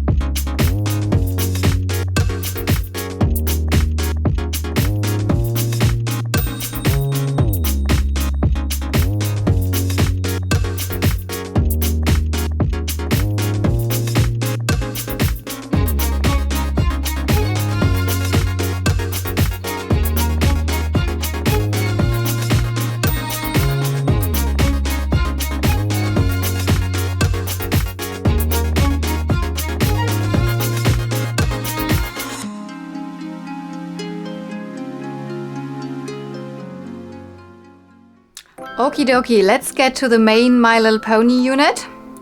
You have seen a couple of these things already because I think we have already talked about the plushies up there, and you have seen that there's My Little Pony stuff also in the middle, and I think I've even talked about the dolls quickly. But yeah, this all is, you know, I always call it my main unit of My Little Pony. This is where it started, this side here, where I had my first ponies. Maybe let's start at this side here and start at the top. Where I have a lot of collector's post ponies, mainly the ones, you know, that came with the play sets, and that is Lemon Drop in the back. So these are all different Lemon Drops variants. All of them are different country makes, or even if they're from the same country make, then still a variant. The symbols, the hair, whatever, it's all a little different. Same goes here for Peachy. These are all the Peachies that I have. Of course, came with this play set up there. The My Little Pony Pretty Parlor, Schönheitssalon in German, where I also have the box, but cannot see it behind the baby buggy very well. Yeah, this pony also in tons of different variants. The one on the right, for example, is a Mexican one, but then I have, you know, China and Hong Kong and different Hong Kongs, etc., etc., Italy's, different Italy's, blah blah blah. I have a Macau one on the left. I have a lot of them. It is super fun. A Peachy is one of the most common ponies, also Lemon Drop, but it is so fun if you find ones that are just slightly different. In the front, these are a little more rare. The ones that are white with the pink hair here, these are the normal, you could say, birth flower ponies, but also here in Europe they're not super normal because it was a mail order thing, and you could order for your birth month, and then you got the pony that has, you know, the birth flower symbol belonging to it. So they have different symbols at least. Ta-da! Ta-da! And not all the same. Oh no! There's a kitty that fell down. That's actually the Macau. Oops. That's actually the Macau version belonging to this Peachy. But yeah, why do I say these are somewhat rare? Now, because these here in the middle are more rare. Because I have also 1, 2, 3. These ones are from the alternate set of birth flower ponies, where they came out in different colors. They have the same symbols as the others, but they have colorful, you know, like bodies and hair and all. So these were only released, I believe, in, oh my god, in Iceland, in Denmark, and in Australia, as far as I know. But you know, Denmark is here on the European side, so you can sometimes find them. Also this one here. This one was a super lucky find for €20 or something, with some other ponies mixed in on Vinted a while ago. But then what else do I have here? Here I have another version of this actually technically would belong over there because it is one of the first ponies. Here we have is it a Macau? Yep, that's a Macau version of Cotton Candy. And so a Palomino cotton candy, you could say, or very, very light. And then here's another version, technically, you know, depending either of Peachy, but yeah, I would say, or of Snuddle. But this is the Macau Jenny, the only pony in brown that was ever released, I believe, apart maybe from one or so other variants that are. So these are a little more rare in the front here, but all in the same pose. You can see that, all collector's pose. If I get down one more, we are still with very classic and early ponies, but all sorts of different poses. We have the early unicorns in the back, and if you see that I always have sometimes ponies that look almost the same, then they are variants. Probably, you know, an Italian variant, and the variant that was released in the US, so the Hong Kong variant. Also here, I mean, these look pretty different. These are fireflies, but you know, I have all of the early unicorns and Pegasi pony there. Pegasus, whatever, Pegasus ponies there. And we have a lot of other classic early ones, like you know, lots of different applejacks and bow ties, and I have more different bow ties. I mean, these are just two like Italian ones, but they're both different. Because I mean, look at here. This one just says, can you read that? A 1983 Hasbro, and then Italy, and this one says 1983, but pending in Italy. So, and they look different. See, their bodies, their symbols, different color. How could you part with one of them? Of course, I need to keep both. And also same with Applejack here and with Posy. These are all early ponies from the first couple of years. We have 4 different versions of Joe's Jubilee. And then these are all Tootsies. And you have my weird variant. It's not a variant, it's technically a custom. I even found out who the customizer is. So Isabella Klein from Customs by Panda Beer. Yeah, this is an old custom she made. She's from Germany. That's actually really crazy. And sent this pony over to the US, where her customer was back in 2010. And through a bait pony lot, one of my last videos that I uploaded, this pony came back to Germany. It's hilarious. When I bought this lot, I was hoping this would maybe really be a variant or something, or a prototype, but it's just a cool custom. But still, I mean, come on, I will keep this pony for forever. It was such an interesting story, even how I found out who this customizer is. Here in the front, now it starts that, I mean, with these shelves, I didn't have it, you know, the top shelves, but then always in the front there's baby ponies. This is one of the European or even German baby pony sets. Because these are ponies that weren't released in the US, like baby pony versions of Lickety Split, for example, of Buttons, so baby Buttons, baby Lemon Drop, even a variant that wasn't even released here. So the adult pony of this was just released in the UK, and I mean really just in the UK.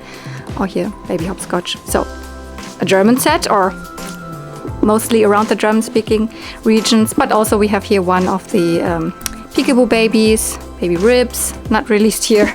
So, you know, then next shelf, very colorful. The 2 rows in the back are all my Twinkle-Eyed ponies. I'm only missing 2, I believe. I am missing Mimic, well, of course. She's very rare and expensive. And I'm actually also missing Galaxy, which she's not rare and expensive, but I don't know, for whatever reason I don't have her, and I don't want to buy her separately. She will come into my collection through, I don't know, a lot, or maybe I find her at a convention or something. Then here in the front, very sunny ponies. These are the Sunshine ponies, except for this one. This is, I mean, but still she has a sun cutie mark with her accessories here, with at least part of her accessories. This is Good Weather, a separately released European pony. And then we have more baby ponies, mostly First Tooth here in the front row, and Peekaboo, First Tooth with a lot of their accessories actually. And 1 row down more in the back we have the Brush and Grow ponies, 2 variants of Twisty Tails European version. This is the pose that was released in the US. Then we have the Candy Cane ponies. I love them. One of my absolute favorite sets. They were scented. None of them is really scented anymore, but hey. Also another scented pony set originally, the Sunday Best ponies.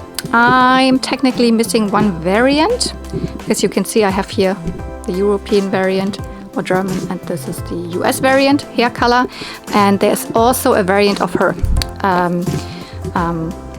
Waffelchen in German. There is one that has blue hair. So this is, for whatever reason, also, it's not very rare here, but a little more expensive, of course. I don't have it yet. Again, baby ponies in the front. So mostly the Fancy Pants babies, and also the Playtime baby brothers. I mean, in Germany they used to be 1 set, but sometimes I have here also a variant. Short streak in the front here. This pony is just a short front streak, and it's not cut. This was released like this. And here's with a long streak. And then these 2 were only released in the US. In the back here, we have the Happy Tails ponies. I have all of them except for the weird variants that were released, and I would like to have the Lavender Woozy. Woozy I only have in this normal colorway. Then I have a European one, so this is a Tutti Frutti European birthday pony, and a US mail order, Goldilocks. Then we have the Sweet Berry ponies, also a scented pony set.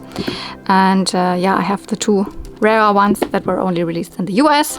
We have here 2 Sweetheart Sisters. I have one shelf over there that has mainly Sweetheart Sisters, but it's bursting. There's no more space. So I have a couple of Sweetheart Sisters here. These are the Prom Sweetheart Sisters. I think like maybe my favorite set even, because they have these wonderful curls and oh my god. They would come with, you know, soft good accessories, like a little skirt. I don't have that. Here in the front, I have 5 of the merry-go-round ponies. Missing one of them, the rarest one, of course. And then we have another European one here. This is Sweet Clover, a single released pony. The birthday pony, you know, for the 10-year anniversary of My Little Pony back in 1992. And we have another version of Firefly who came with the VHS tape. This is a set that actually is not vintage, though they look, right? They look vintage. This is a baby pony set, the birthday baby ponies or celebration baby ponies from the HQG1C. They make, I've already said the name, they make custom ponies. They're not affiliated with Hasbro, they're not official, but they use like My Little Pony molds, not the original molds from the back, the old Hasbro ponies, but they have made their new molds. And they make G1 style ponies, and you know, some of them, like this one here, resembles one that is an unreleased pony, or at least a prototype version of you know, the original pony was done in a different pose. Here I have a really pretty rare one. This is a Dutch. That's a Dutchie. It's a Dutch version. The Netherlands were the very last, were the country that had the very last ponies released for the first generation, and they're mainly just recolorings of other ponies. And here we have Startje ponies, so Star Pony. And then here, mostly European. Yeah, I think only European exclusive ponies. Sets like the Flower ponies, 3 of the Romance ponies. We have Rosette over there. We have an Italian version of hopscotch. Cookery ponies, hairdo ponies, the schooltime ponies, and 2 of the Sweet Kisses ponies, at least the European versions. And we have here a UK pony. That's what's her name? Curl something. Came with the UK version of the Pretty Parlor. So, and then more baby ponies, the Play School baby ponies here, and a couple more European variants. We have you know, Baby Bowtie, which was only released in Europe, the non-Betty Bye version of Baby Heartthrob, and Baby Ribbon. So these in the US had the Betty Bye eyes. So these are mostly, all of them are European exclusives. And as I am from Europe, of course, it's easier for me to get those. The most ponies I'm missing are US exclusives. But here are my Flutter ponies. Nothing really has changed a lot. This has been my Flutter pony shelf for forever. Most of them have reproduction wings on them, except for this. Tropical Breeze has the original wings, or repaired them, stuck them in there. I have now here 2 versions each of these, because this is like a discolored one, this is a discolored one, but they discolor so crazy neon, so that really they look different in terms of colors. And I have these 2, which are, you know, they are just from the HQG1C, so they're not original old My Little Ponies, they're customs. But what else? If we step up higher, ta-da! We have a wonderful playset, and even the box to it. This is the My Little Pony Dream Castle, the French version, Chateau Féerique, and yeah, this box is empty, but the playset is on top. So I have all of the accessories, but you know, they are in the castle. So let's step up one thing higher here. I have 3 Majesties in front. I couldn't get rid of any of them. They're all a little bit different. I mean, here you can see this is a Majesty with blue eyes. This is one with purple eyes. And this is the Majesty that I have for the longest time, so I also couldn't get rid of her. I really like them. They're all in pretty good condition. Maybe this one is the most yellow one, but still. I also have Spike, who came with the castle, and if you look inside, there are plenty of the accessories. I don't think that you can really see it a lot. Maybe if I just do it like this. Yeah, you can kind of see that there's accessories in there. Also behind the little popple there. So I have most of the accessories. I think one of the only accessories I'm missing for the dream castle is the crown that also came with Majesty. So I have the like head, the damsel head, but I don't have the crown, the yellow crown. It is my all-time favorite My Little Pony playset. So we can already move here. This is the shelf with, you know, again, collector's ponies, and mostly the first 6 ones, except I also have collector's pose version of Applejack and Bowtie there, European ones. And then I have all sorts of variants. The ones in the front are, except these ones, except this in the middle, the minty and this orange one. The other ones are all flatfoot versions. You can see it somehow from underneath. So the very first released ones. And then these here in the middle, the orange one that I already said, she is a little bit of a rare variant. She's a butterscotch, but she looks more like Applejack colors, so she's an apple scotch. And here we have a minty, but this is a an Argentinian minty, yes. And then I have lots of versions that also look different. We have, for example, another butterscotch, but this is an Italian one with white hair, etc. I have Macau versions, I have Italian versions in here, like this, for example, is a Macau. This is an Italian one, but it is a airbrushed eyes. Bluebell. Where do I have a Macau? This, for example, is a Macau here. This is my Macau Bluebell. So they all look very different. That's why it is so fun to collect variants for My Little Pony. And these are, as I said, mostly the first 6 original released ponies in all sorts of different variations. If we go one down here, same as we had it on the other side, mostly early ponies, but here we have a lot of the rainbow ponies, or also here in the front early unicorns like Gusty, also in 2 different variants, of course, European, Italian versus blah blah blah blah. Same also with Sparkler. I only have one Heartthrob. I only have the Italian version of Heartthrob. Definitely something I want to have as well, the other Heartthrob. But also not just early ponies, because, you know, there are a couple of, sorry that I'm wobbling around all sorts of, because sometimes I'm standing on this ladder and sometimes I don't. There are also some ponies that are actually pretty late variants, like not variants but ponies. Like I have 3 of the European exclusive TV Star ponies, because they are from the Ponytails. Sorry, from the Ponytails, so the kind of reboot TV show. So for example, here. These are kind of rare, not necessarily rare, but they're pretty expensive. Bonbon. Melody. I only have 3 of the 6, but these are definitely right now on my list to get, because, you know, when I don't have that many ponies left, then I can also tackle some of the more expensive ones. But then we have here also some that are from the movie star ponies. So we have the TV star ponies and the movie star ponies. So those also are more or less a European set, or I have the Europeans, because like we have ponies like Magic Star that was released in the US in this pose, and actually with flocking, but mine is deflocked here in Europe. In the TV star pony, not TV star, and the movie star ponies, we got this pony in this pose. So that's why I say I have mostly the European versions, of course. Also these here. This one is another late pony. This is one of the, what are they called? The nurse ponies. I don't currently remember what this one was called.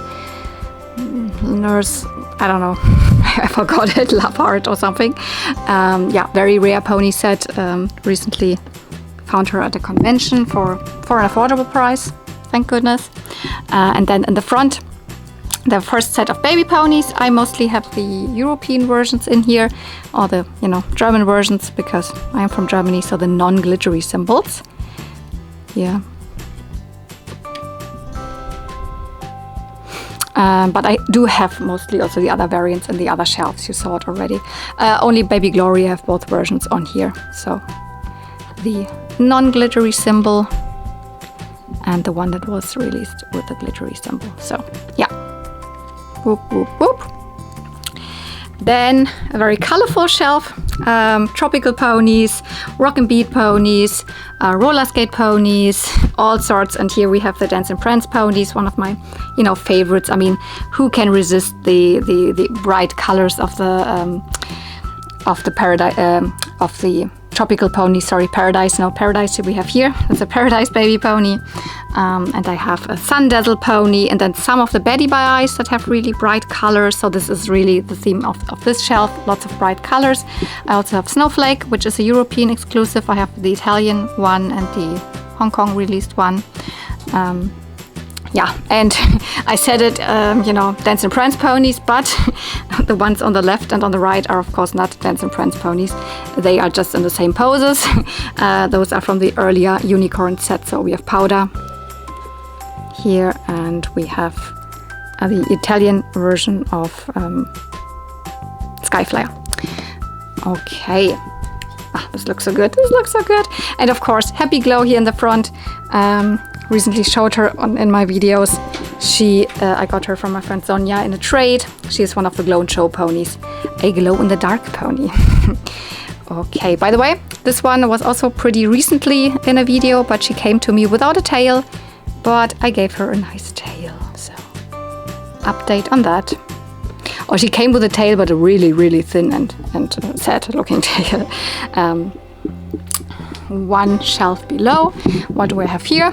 In the back we have the Magic Message, the Magic Message ponies, and a couple of So Softs at the side. Then Twice as Fancy mostly here. First set with some variants, and second set. And then the two that are, this one came with a Slumber Party gift set. She's so cute. And this Scoops came with a playset. Honestly, am I missing 1, 2, 3, 4, 5, 6? Oh, no. I don't have the full set of the Twice as Fancy second set. That's why I was like, which one is? Yeah, this one is also another one that's just from a playset. That's Fifi. Yeah, I'm missing actually Munchie. I think Munchie is the only one I'm missing, right? From the set? Oh my god, yeah. Then we have the newborn ponies here, the normal set of the single newborns, and here on the right side the European set of the bedtime newborns. Super adorable.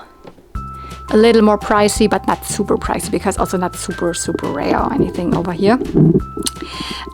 In the back, So Soft, oopsie, my goodness, So Soft ponies, except this is not So Soft, but this is the holiday pony, of course, so the Christmas pony.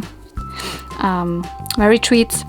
At first I wasn't super into collecting the So Soft ponies because first of all they were not released here, so they're not super easy to come by here in Germany and in general in Europe, and also they can be pretty, discolored and not in good condition and all. But you see, I have acquired quite a lot of So Soft ponies now. And then here are most of my Sweetheart Sisters. We have the glittery Sweetheart Sisters, some of them in variants, with different tinsel or different symbols a little bit. Then I have the US versions of the Sweet Kisses ponies, at least 2 of them here. We have some of the just pretty ponies, the single simple ones that were more like, my first My Little Pony. They are very, very simple, that you don't even have the typical earring that the Sweetheart Sisters usually have. And then I have here the first set of the Sweetheart Sisters. Also, yeah, the 2 ones that were only released in the US. And who do I have here actually? This is another one of the Prom Sweetheart Sisters, right? The other 2 are over there. Here in the front, why does it actually look so empty? I don't know why. My Betty by Eyes and another Christmas pony, here Baby Stockings. Yeah, so this is a set of, no, it's not a set, these are a couple of the set, and then some that came with, play sets. This is the Betty by Eye version of Baby, what's her name? Baby Half Note from the Baby Bonnet School of Dance. Or here we have a pony from the Pony Purse. Mostly these were not released in Europe, the ones with the Betty by Eyes. And we got versions that had, you know, no Betty by Eyes. But that, lucky us, because these are actually not so beloved. And I also don't like them as much. They're fine. But you still, as they're not super, like, you know, rare or anything, or beloved or sought after, you can still find them for really good prices also over here.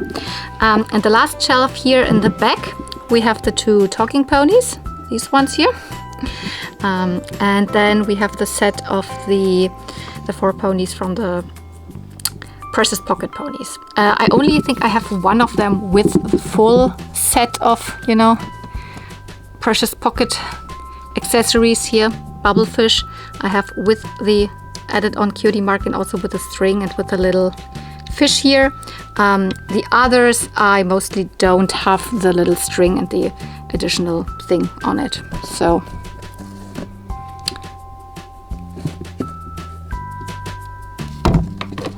I mostly only have them like this.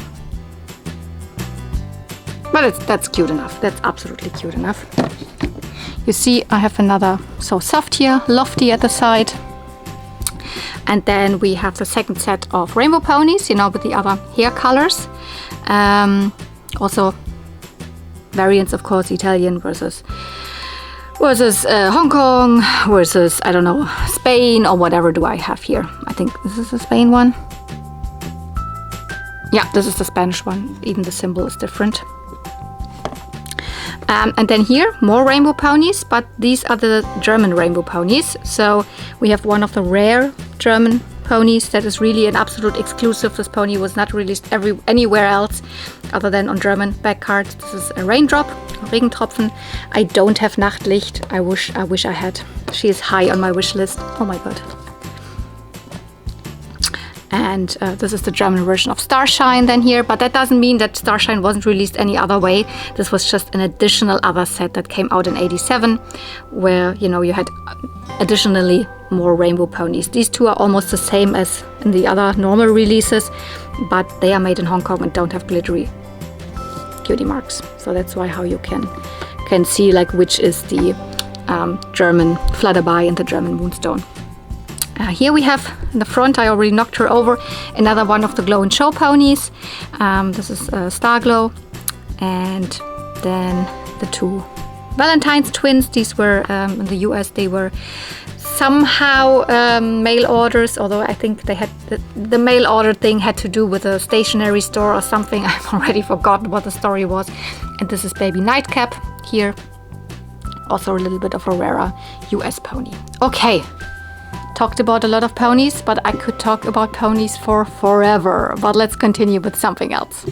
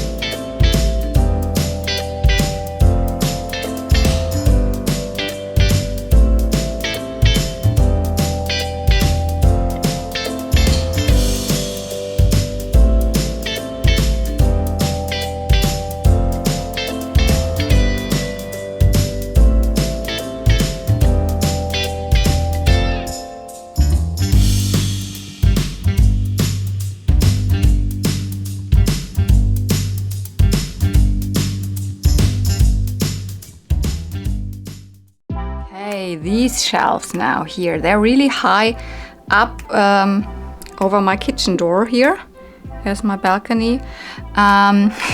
This was really, I was searching for the correct shelf to put here because I had this like space and I found the exact one that matches or that fits in here. Of course, this wasn't pink to begin with, it was actually white, but none of my other shelves are white.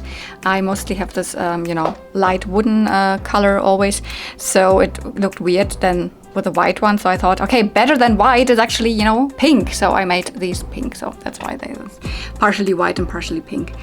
Here, I don't remember if you saw this in the last big collection tour video, but I think I have showed it at one point at least. But there was not much in it, or it was just, you know, random stuff in it that I didn't know where to put or whatever. I planned it to be my Magic Trolls Baby shelf, but I'm not super into collecting them anymore. I will not fill up the whole shelf with them, which is fine, because now I had, you know, the opportunity to put some other toy lines in here. I have my Snuggle Pets in here, not the big Snuggle Bums. I have also Snuggle Bums on 2 other shelves. The mama and papa on one shelf, and then the 2 of the children that I have on another shelf. But all of the ones that are just the pets or the Snuggle Bugs, those are in here. And then I have my little secrets over here, all of the little dolls. Looks so good. Finally, you can see them again because they were so squished in one of the shelves, like, nah. I have this little cute pink elephant sitting here. This is actually something that I got in Japan. This is the counterpart to it, the orange one. It's just a mascot from a pharmacy, but you find so much collectibles of those, and I just purchased them. They're just super cute. So they're on here, they're living here. And then, I mean, you already see it color scheme wise that this is all, it matches up. It's one color scheme. Those like bold, like almost neon colors in here. And this is the 3rd shelf where I have popples, because I have a couple of the, you know, small pocket popples, like this one here, this one, and another one up there. And also I have a Popples Funko Pop, so this is of course somehow a modern one. Prize next to Prize Popple, they're both the same character. I don't know if I keep this forever here, but for now there's space and I will keep it. Behind those, there's my Betty Spaghettis. This is a toy line I have no, you know, memories of. I mean, they came out in the very late 90s and were, you know, more dominant in the 2000s. This is when I didn't really play with toys much anymore, and I didn't know them. I'm not really sure if they were released here as much. I mean, I found them at the German flea market, but it could also mean that they were bought when they were on vacation in wherever, because mostly what I find are the McDonald's ones. These are not the McDonald's ones. These are the actual Betty Spaghettis. You can also see some of them don't have both of their arms. Some of them are missing hands or shoes or something, but I really like them. I don't need more of them, but they're fun to have because the colors, you know, the colors, they pop. And then, yeah, I have my Magic Trolls babies on here. I love them. This is my favorite style of trolls. They are just so adorable. This is also one of the play sets.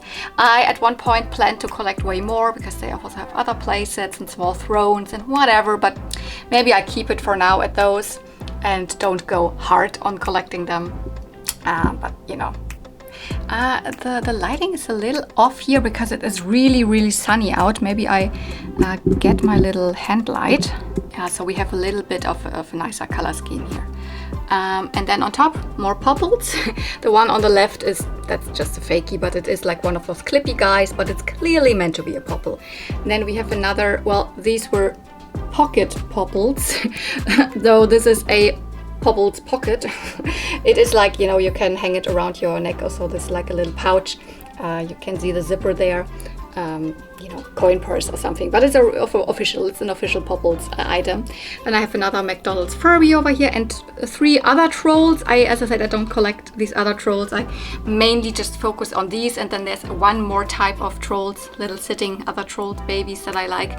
These just recently I got from my friend Cotton Candy Kittens in this weird giant birthday present. They were more as decorative pieces. I will not keep them forever here. I will definitely keep this little ball with the troll inside, but the other 2 I will probably, I don't know, put in other trades, or I don't know, bring to Toyplosion, or they probably will not stay here because at one point I might need the space for something else. What else do I have here? Fakie. This is Fakie the Fakie. I rehaired her. This is one of the this is just a fake of a fakie, but this is one of the that look similar to the, what are they called? Pony Love. Yeah, Pony Love fakies. And this is not a fakie. This is actually one of the Hasbro Magic Meadow ponies. I don't have many of them, but I really like a couple, and then I have another fakey clippy montishi here. So it's a mix of different things, but I think especially color-wise, I mean, this really makes sense. This looks so good. Going right in the back here, in the corner, I have one of the Magic Trolls babies on a cart. I will keep it there. It's fine. It looks cute. And then I have my 3 little, I mean, these are new. These are not vintage. These are the Yummyland dolls by MGA. And I wish I could collect more of them, but the truth is they are not in stores anymore here. I would just be able to purchase them online, and nope. If I cannot find them in stores, what's the fun of it? Nope. So that's probably all that I have. There are the little lip gloss that goes to them, which is disgusting. Then let's go to this here. What do I have here? So this is also a mixed shelf, absolute miscellaneous things, but a big chunk of it is Moon Dreamers, which lets these dolls and also this bear and this lion there. These have glow-in-the-dark hair, and they are by Hasbro from the late 80s. They're adorable. This little snoozer, or whatever he's called, also belongs to the toy line. I want to expand this toy line, but it's not that I'm like hardcore collecting it right now. I have so many toy lines that I cannot focus on every toy line at the same time to collect, and these are not easy to find here. They were released in Germany. I mean, you saw it. We also had a Moon Dreamers cassette tape here in Germany, or multiples, but I don't think they sold really well, or maybe they were also distributed not very well. Mostly can get them from the US or some other places. I have also a lot of fakies on the shelf. So for example, the one here with the squinting eyes, rehaired, but used to be probably a fakie of a Totsi fakie, because it doesn't have the horn, but it is the same mold as the Totsi ponies. As a Buddy Elf fakie, the one with the reins and the heart cutie mark there. I actually also had, you can see this little orange thing, this is the comb that also belongs to it. I had it in the same lot for a little fakie, probably from Simba, I guess, from the Drinking Wet babies. What other fakies? I have a fakie ballerina here in the front, also probably Simba. This is an older style of Leonard fakie. This is a more, nice, so 80s style of Leonard fakie, 90s style of Leonard fakie. And then on top here I have more fakies that I cannot tell you what company they are. I just think they're cute. They're like the two on the right. They are, bigger size donkey fakies. And then I have another Simba big ballerina fakie and a small yellow baby pony fakie that's, like the newborn babies, this mold. And this is not directly a fakie, it's a custom from me. This is meant to meant to look like the glow-in-the-dark rare variants of the princess ponies. It's, of course, it's, as I said, custom.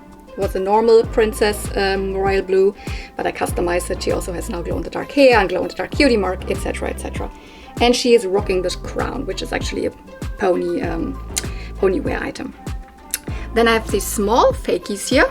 These are, what are they called? I already had another one here. Little beauties, yeah, that's what they're called, little beauties. Some of them, I didn't do the hair really nice, and some of them look so weird, but it's a miniature pony line. Technically maybe fakies, but not necessarily. I mean, it's its own thing. I have another one here, and I have a couple of other smaller ponies. Like this one there with the flocked hair. This is modern and it's a Galuppi pony. I think they're super adorable. I don't collect them, but I think having one in my collection is nice. Same as this one. This is a Feely. You find them all the time at flea markets here in Berlin and Germany. Mostly their flocking looks disgusting, and I don't like the molds that much, but this one is really adorable, and same as with the Galuppi, having one in my collection is fine. They're also not vintage, they are more from the 2010s and 2000s maybe. What else do I have here? Cupcake dolls, 1, 2, 3. A line that I do love. I remember them even from my childhood. Didn't have one, but I think a friend had one. But I don't collect them hard. I have already sold 1 or 2, but I kept the ones that I really like these here. It's not always even the same, maybe this one's not even the correct skirt to this doll, or the head is not the correct one, but I think this is the one from the fruit series, so the banana one.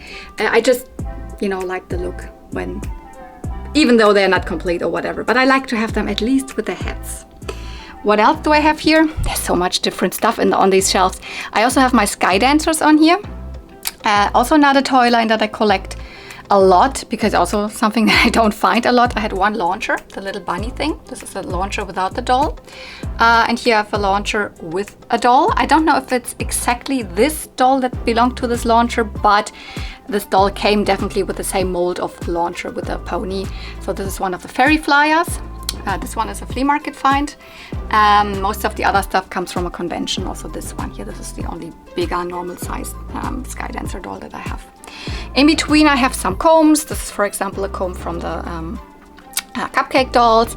These are glow-in-the-dark little combs from the Moon Dreamers. Yes, that's the same style of little, you know, or hair picks that came also with the Piccolo, so the petite ponies. You know, Hasbro just reused the mold. What else do I have here? I have a couple of my magic diaper dinos here, the little dinosaurs that are, you know, sitting there. And what else? Yeah, I have one little glow friend, because it makes sense here, because, you know, it's lots of glow-in-the-dark stuff. And what else did I have not talked about? These. I have my two Dream Beauties. This is a line that belongs into the My Little Pony line, though, you know, you see it, they're hard plastic, they're more like Barbie horses.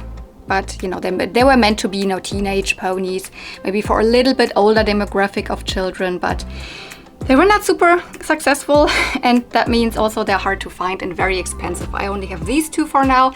I have traded for another one. I haven't unboxed the box yet. These are both from the same line. I cannot remember exactly what they were called, but they have these elaborate saddles similar to the merry-go-round ponies. These are technically, I think they are my favorite set, and both of them I got for fair prices. They're both not in super good condition. Both have a little bit cut or thin hair, but you don't even see it here. They are gorgeous.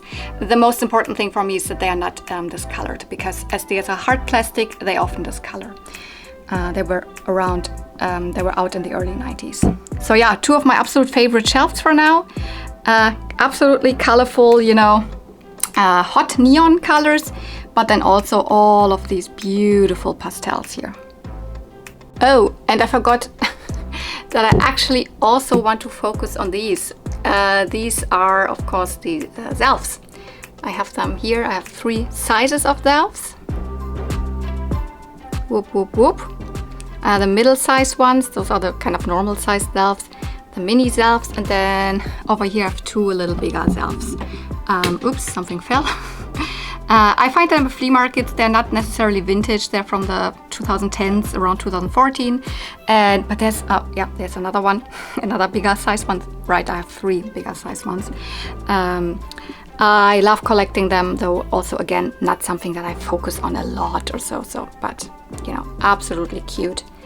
And so many designs there to collect, so many. My Poopsie shelf. Not too much to talk about, all modern, of course. A couple of Zelfs that I've showed you already in the back there. These are all from the, you know, Poopsie Slime Surprise adjacent toy line. I have one real big Poopsie Slime Surprise unicorn, a couple of the QT unicorns. Where? That must be another one. I got there. And I have a couple of the Fantasy Friends. Those are the little girls there and here and there. And those weird animals and all the bigger ones here, those are the sparkly critters, and then the cutie tooties are the very small ones. All found at flea markets, except for this one I got at for 1 year for Christmas, because I wished for it. It was new at that point in 2020, I believe. And yeah, all the rest is flea market finds. So they are cheap because they are quite modern. They're from the 2020s, of course. So you know, and I really like them. They have these insert eyes and look a lot like Rainbow High, but you know, look at these cute creatures. I mean, come on. I've often thought about, you know, using this space for something else, because, you know, I could expand my Generation 3 ponies or whatever, but oh, come on, they're so cute. I don't know where else to put them, and I don't want to put them in storage. They're so adorable, and I still find ones that I don't have. They made so many. They made so many. Let's keep it going with Generation 3. So G3 ponies. I I don't exactly remember how the shelf looked like in the last big collection tour video, but I do have them organized by pose now. I don't remember if it was like this last time as well, because before that I believe I had them rearranged by color, but now they're by pose, at least roughly, at least somehow, because some poses are just very similar and then I kind of mix them up, because like, I mean, these poses look very similar but they're not the same pose, all of them. But it makes more space like this, because when they're all looking into the same direction, then, you know, you get more ponies on the shelves. I cannot talk a lot more about them because I do not remember all of their names and they're not arranged by set. So it makes it harder to, you know, make a good collection video just about the Generation 3 ponies when I just have them here by color. And, you know, at least I can tell you I have a lot of the Pegasus ponies here in the front because they are my favorites. And let me see here, all in the same pose. Almost, at least, because these two are not the same pose as these ones. And you can see it, a couple of them are already squished. So, I mean, it's again, I run into too many Generation 3 ponies. Too many people offer me G3 ponies and rarely I can say no. I don't find them that much at flea markets myself anymore, which would be my ideal solution technically, but yeah. Yeah, I also have the McDonald's ones in here. These are the European McDonald's Generation 3 ponies. I have these 3. I believe there is just 3. They are also in here next to, they're not their counterparts, but they look like they could be their counterparts. That's why I have them here. Then, next shelf down. As I said, I cannot really talk a lot about them because they're not, I cannot, with my G1 ponies, I can always say, so, and here are the da-da-da ponies, and here are the da-da-da ponies. I cannot, because they're not even displayed by in their distinctive sets. Some of them are the long hair ponies. This is one of my favorites here. This is not her charm, this is actually a different charm, but I left it on her because, you know, she kind of came to me like this. Then I have all of the ones that are in the, you know, anniversary pose, which was in the later line of G3. Then the 2 ones that are actually, you know, standing, but, you know, they're difficult to display if you don't have their stands. So all of the ones on the same pose here. And then we're getting into the diva pose there. Kind of my favorite pose for ponies. One of my favorite pose for, G3 ponies. Very colorful ones here in the front.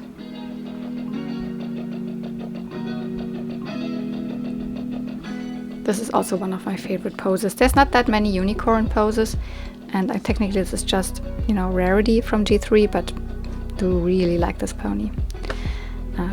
Here in the front, one that I recently got from Chip. Such a pretty pony. And down here, what do we have here? Even more G3 ponies.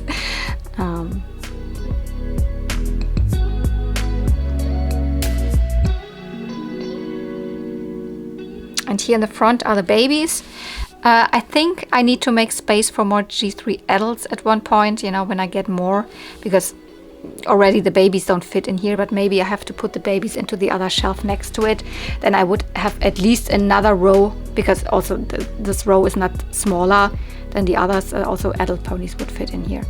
And yeah, you might see dust here, because these are the shelves that get dusty the most. They're open, of course, not like the others that are behind glass, or at least behind plastic.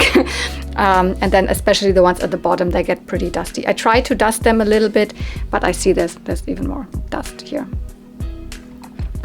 But that's just what it is. I cannot dust all the time. I have another life. I am not a full-time toy collector. I have a job and I have a private life, and my private life does not only consist of toys, mostly, but it does not only consist of dusting toys. So that's why I accept a little bit of dust on the ponies. I see here's another, whoops, bit of dust. Maybe one thing I can tell you, I actually kept 2 of the babies that came with a big playset, with a big castle, because they are actually variants to each other. Come on out here. So first of all, one of them is also smaller than the other. And then the one in the back has a hoof heart and this one doesn't, and it's also a little bit darker. So yeah, they are two different ponies. You can also see the magnets have a different color. And weirdly enough, really one of them is smaller than the other. It is very interesting. So I couldn't let go of any of them, although technically they're meant to be the same character, but they are. And also they are kind of the same release, they're just a variant of it. Here at the side, directly next to the Generation 3 pony shelf, this is a Miscellaneous pony shelf. I needed something that is small, that I can fit in the small space here, and to house some of my G5 My Little Pony things. Whoops. But also some Miscellaneous G4 merch, and then also my G3.5s. At the top we have actually something G3, the Liddy Lady, and this is also Generation 3 carriage, not from her but from another pony. I have a big Twilight Sparkle with a spike, the singing ones. And then I actually have the Rescue at Midnight Castle Generation 1 style mini figure. You know, the ponies from like 2 years ago. I still have them in box because I also have them out of box. But yeah, here you see the big ones in the back. These, and these, they're G5 ponies. I was absolutely planning on collect this generation more, especially this styling size or whatever they are called, you know, fashion style size. They just didn't bring out a lot. That's technically almost all they brought out. This one wasn't even released here. This one I was searching for forever. Yeah. What should I do? I don't really like the very small ones. That's why I do not have a lot of them. But this was a nice set, one of the absolute last sets they brought out. Here the Sunny and the whatever, Blaze, I think the name of the dragon, and Sparky Sparkeroni. They have glow-in-the-dark hair, and the little dragon is glow-in-the-dark directly. I mean, this is also a dragon, but this is a little dragon. This is a really cute set. I needed to have it. And then I have a couple others that I had just got, you know, in lots or from other people randomly, like this one. I don't like when they don't have brushable hair. That's why I actually do like these. Also here a couple. Got this set from Chat Marvelous. And yeah, I do like them. I also would have purchased more if they would have made more characters in this style. They didn't. I'm sorry. I don't like buy the same freaking character over and over again. I don't do that. But there's also some G4 and G3. These are the little breezies from Generation 3. They also have found a home here, and a couple of G4 things like this random Pinkie Pie thing, which actually came on this fan in the back.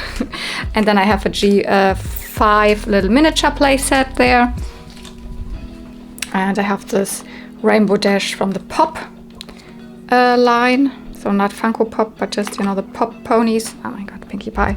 What else do I have here? The weird styling hat of Generation 1 style Starshine. Then I have these Generation 4.5 ponies, a couple of them at least. They actually have nice hair, so if I find them, I definitely pick them up. Some more random Pinkie Pie merch, like, you know, here. This Pest Dispenser, a little mini figure that was probably in the Kinder Surprise eggs, I believe.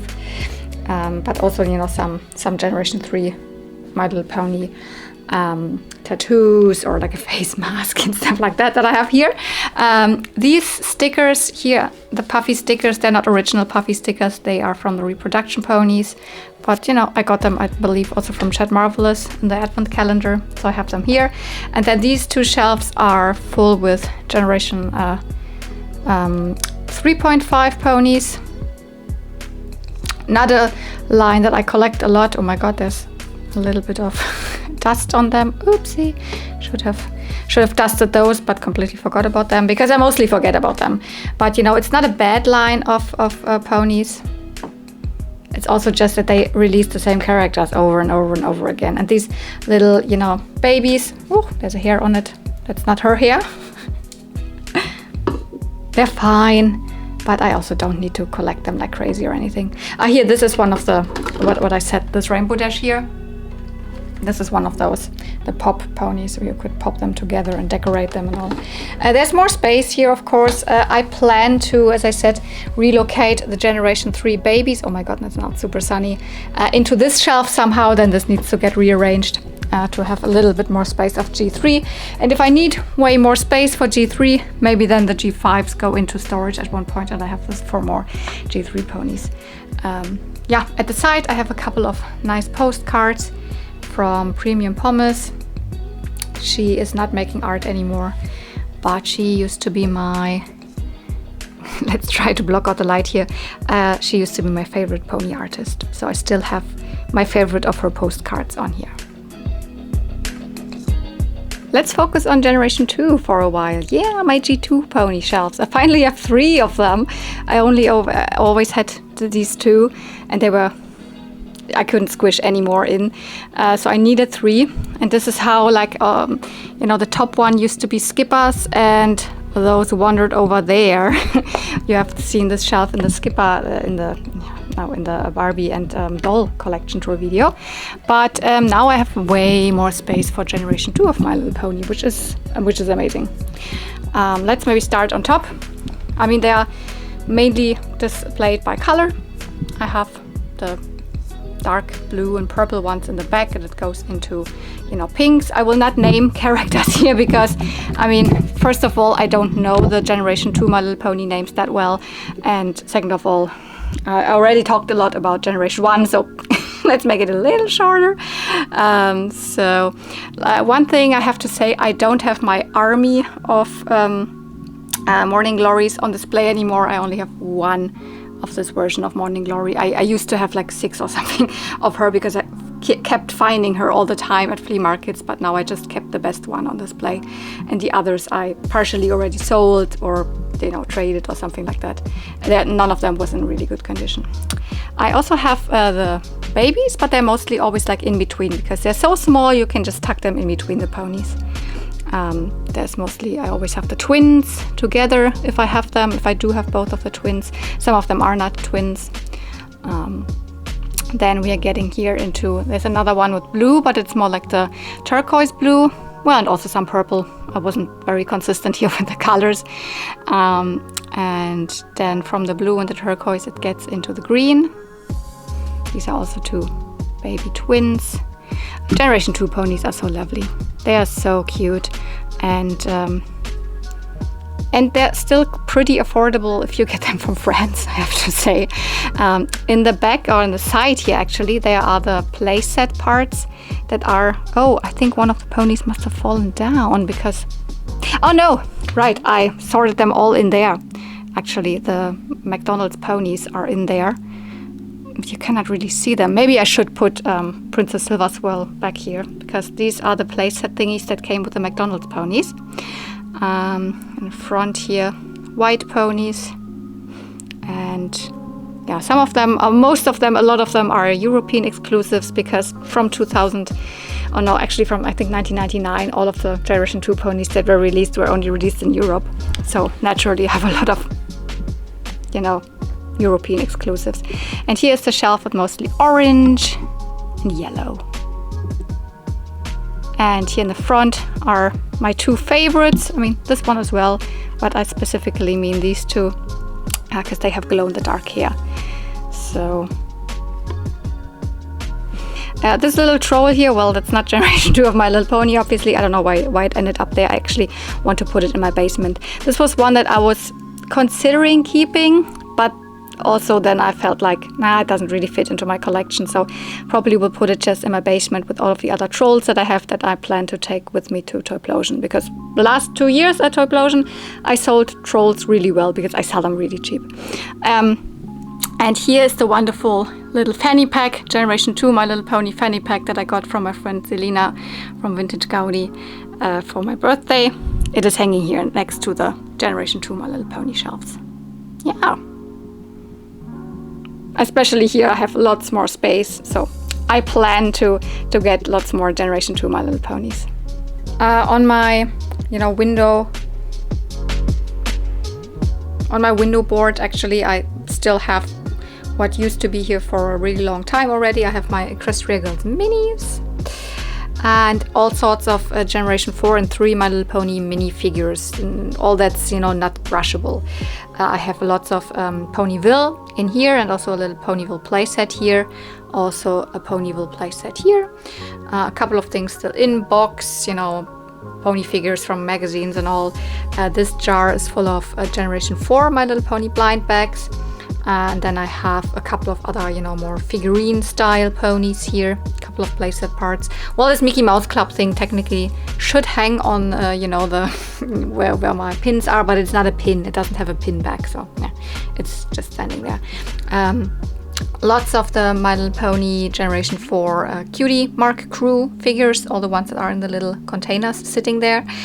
Some of the glittery ones in the front, also Cutie Mark Crew, but they were not blind bag, they came in a set. I have a couple of the, whatever they were called, Smash'ems or whatever here, the wobbly ones. And then some Generation 4 or 4 and 5 figures like these, or like these here that came on the rings. I have one more here on the ring there. This one. And then these I really love. These are like Miscellaneous Generation 3 figures. This is a Christmas ornament. This is a cake topper. This I have never found out where it comes from. And this is a keychain, but they're all Generation 3, you know, figures. I really like them. So yeah, this is this little shelf. Here, tucked away in the corner, is my main Generation 4 My Little Pony display. I have a couple of Generation 4 like other things, like on my like window board. They are the minifigures or some merchandise items with my Generation 5 ponies on the other shelf. But here is the small but mighty, you know, Generation 4 My Little Pony brushable shelf. I mostly try to focus on the early ones, so the ones that have, you know, this style, not the reboot style. I have a couple of reboot style ponies from 2017 and onwards, you know, from when the movie era started, because some characters were just released in this style, but I like the other ones more because, you know, the quality is way better, the hair is way best. Definitely the hair is better. That's the main point why I do like them more. Oh, by the way, Rarity is laying here. Why? I don't know. Oops. So down here I have a couple of the fakey princesses, so they are not official, original, but it's just the same mold like as they did with Celestia, Princess Celestia, but then they did, you know, Princess Rainbow Dash and I don't know what, Princess Rarity and stuff. The black one on the right is also just a fake of Queen Chrysalis. And then we have these ponies with a weird, wiry, bendy hair here. Those are in the reboot style, but, you know, they have cool gimmicks. That's why I decided to keep them. I have more Generation 4 ponies that are not on display, mostly all of the reboot styles that I have. I also collect them, but I don't display them. Here's one of those. Whoop! Funny faces ones. Whoop, whoop. There's another one, the Rainbow Dash. I do have it, but not on display yet because haven't showed the flea market video yet, or haven't filmed it actually. So then we have here a couple of random characters, or, you know, random versions of ponies that I haven't like sorted into these because I technically wanted to have them all in color arrangement because, you know, you've got the Rainbow Dashes, all the blue ponies, including also Trixie or Photo Finish, then all the different rarities that I have, different ones with tinsel or in different poses and all. Sweetie Belle, and it continues with the more rarer white ponies here in the front. This is the version with the wings of Blossom Forth. I don't have the normal Blossom Forth, but for example I have Diamond Rose here, whoops, or Plum Sweet. So some of the rarer ones, definitely. Some of the characters that are not just the main 6. But then I do have a lot of the main 6. I have lots of Fluttershy. This is all Fluttershy. Oh my god, there's also a reboot Fluttershy still in the back. I probably will take this one out if I get a better one, or if I need more space. Lots of the fillies in the front here. And Bumble Sweet, or not, Bumble Sweet is not the name of this one. The brushable version is, this is one of the very expensive ponies now. What's the brushable name? Honey Buzz. One of my favorites. Such nice colors. And we're getting into the orange, which that means lots of Applejacks. Then a couple of the pearly ponies there. These are separate other characters. Pretzel, for example. Then we are getting into pinks with lots of Pinkie Pies. They're all different versions. I don't have the same pony twice on display. And I also use some I curled the hair, some I made her, you know, sad Pinkie with with straight hair. My God, here is some dust in the hair. My God. Pinkie Pie with tinsel, Some others here that are in different character. But, you know, glittery Pinkie Pie. And in the back, a couple more other characters. Plumette. There's also a Plumette, for example. Or Dewdrop Dazzle and all of those. Then we're getting higher here. We're getting into the purple pinks, which that means lots of Twilight Sparkle, of course, but also Miss Cheerily. The glittery one in the front is one of my favorites. That's the Wisteria from Generation 4. And then we're getting to, you know, the ones in the back. They have a little more space there. These are the bigger size ones. So we have, like, you know, a Princess Twilight Sparkle version, or from the movie, the Tempest Shadow, also from the movie. So a couple of those are, of course, then reboot style, because these characters just came out in reboot style. Also Soren. Maybe I have to get now a ladder to, you know, climb higher, because the shelf above that is again Twilight, a lot of Twilight Sparkle in different versions, but also Starlight Glimmer in between. And then the bigger size ones, the Princess Luna and Princess Cadence and Shining Armor and Flurry Heart. I have 3 versions of Flurry Heart here, and one of the little felt cutie there, and the original official princesses. I think the one on the left is also a fake, just I don't have an original Nightmare Moon actually. And then at the very top here, I have a couple of others that are not necessarily brushable, but, you know, the the queen from the movie, from the Queen Novo, I think her name is, and the pufferfish Spike, so from movie era, and then Chrysalis, also not as a brushable, but also Tempest Shadow. They are more figures. And I have one Equestria Girls minis still in box, because I think she looks super cute. The rarity there in this cool you know, scenery with, you know, making her hair, you know, the salon, super cute.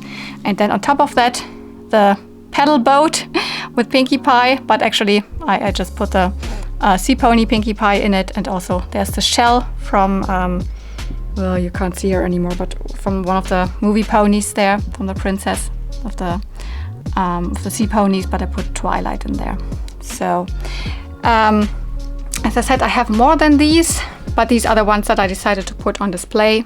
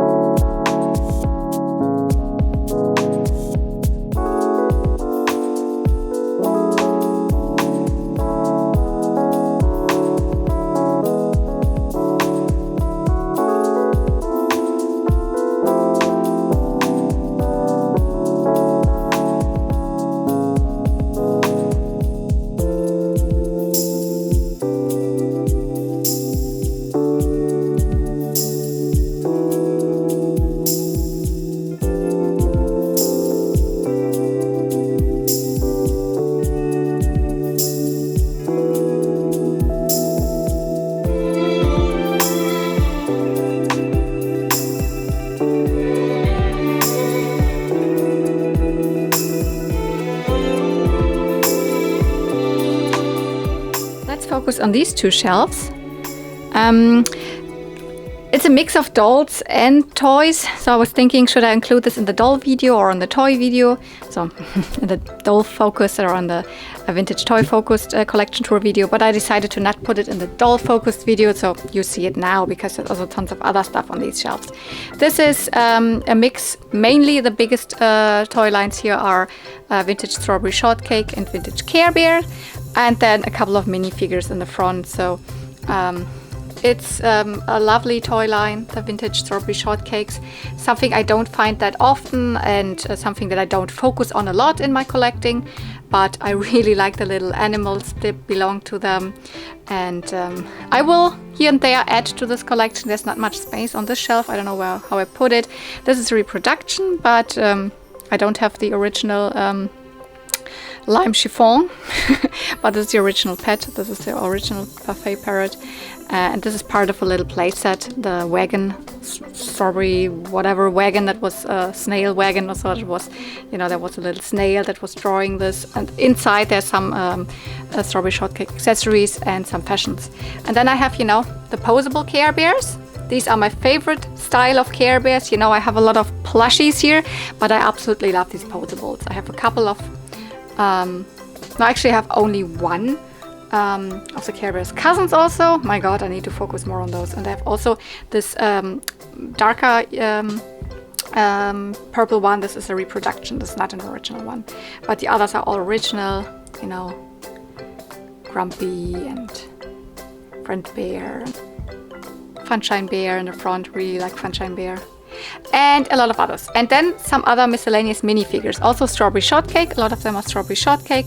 But also, you know, Maya the bee, a little Furby, Magic Diaper baby pets, or you know, there's Sailor Moon in between, there's a Monchichi, there's Alfred Yodoko's Quack, and you know, other stuff, another Magic Diaper baby. And if we go up, there's more of the same in terms of, you know, little minifigures, but more neon, the more neon ones, and these are mostly 80s, and here are more like 90s, and then also like 2000s and 2020s and modern, etc. A lot of that is dinosaurs, though not all coming from the same toy line, because some of the minifigs here in the front are just rather modern from Cave Club. But also then I have Darling Dinos in between, that some of the smaller ones, or this one, or the bigger one in the back there, that's Darling Dinos. This one, this is all, you know, 90s. Little Miss Dinosaur. Very funny toy lines. Some of them look so weird. I've never found them myself anywhere. This one I got from my friend Cotton Candy Kittens, but I would love to have more of them, of course. And then also some that are not dinosaur related, that are in the middle here. Those are the Hatchimals ferry riders, I believe that's what they're called. Mostly always these little ferries, and then the riding, also the animals. I could live without the ferries, but I love these little animals. Also this one, this little panda bear, is also from this line. They are so adorable. And they're of course more modern, 2020s. And the rest of the shelf, oh no, actually there's also one of the Magic Meadow ponies, one of the super sparkly ones, and from Shaving Ken, the shaving cream, because I didn't know where else to put it. Now the rest of the shelf is more like, you know, under the sea mermaid themed, because I have a couple of the My Pretty Mermaids here from Hasbro. 4 do I have. I think the seahorse is, oh, I forgot what it is, but it is from Brite, I think. So I got it from the US, from Chad Marvelous. Of course, Seahorse Army. And then I have my Tycho Ariels. I have 1, 2, 3, 4, 5 Tycho Ariels. Not all of them in original outfits, a couple of them in original outfits, so a mix. Oh, by the way, you cannot even see her because of the hair. Whoop. And she has, of course, cut hair. Another mermaid in the back. What were they called? Magic Mixie's Picklings. Yeah, they are also scattered around in my collection.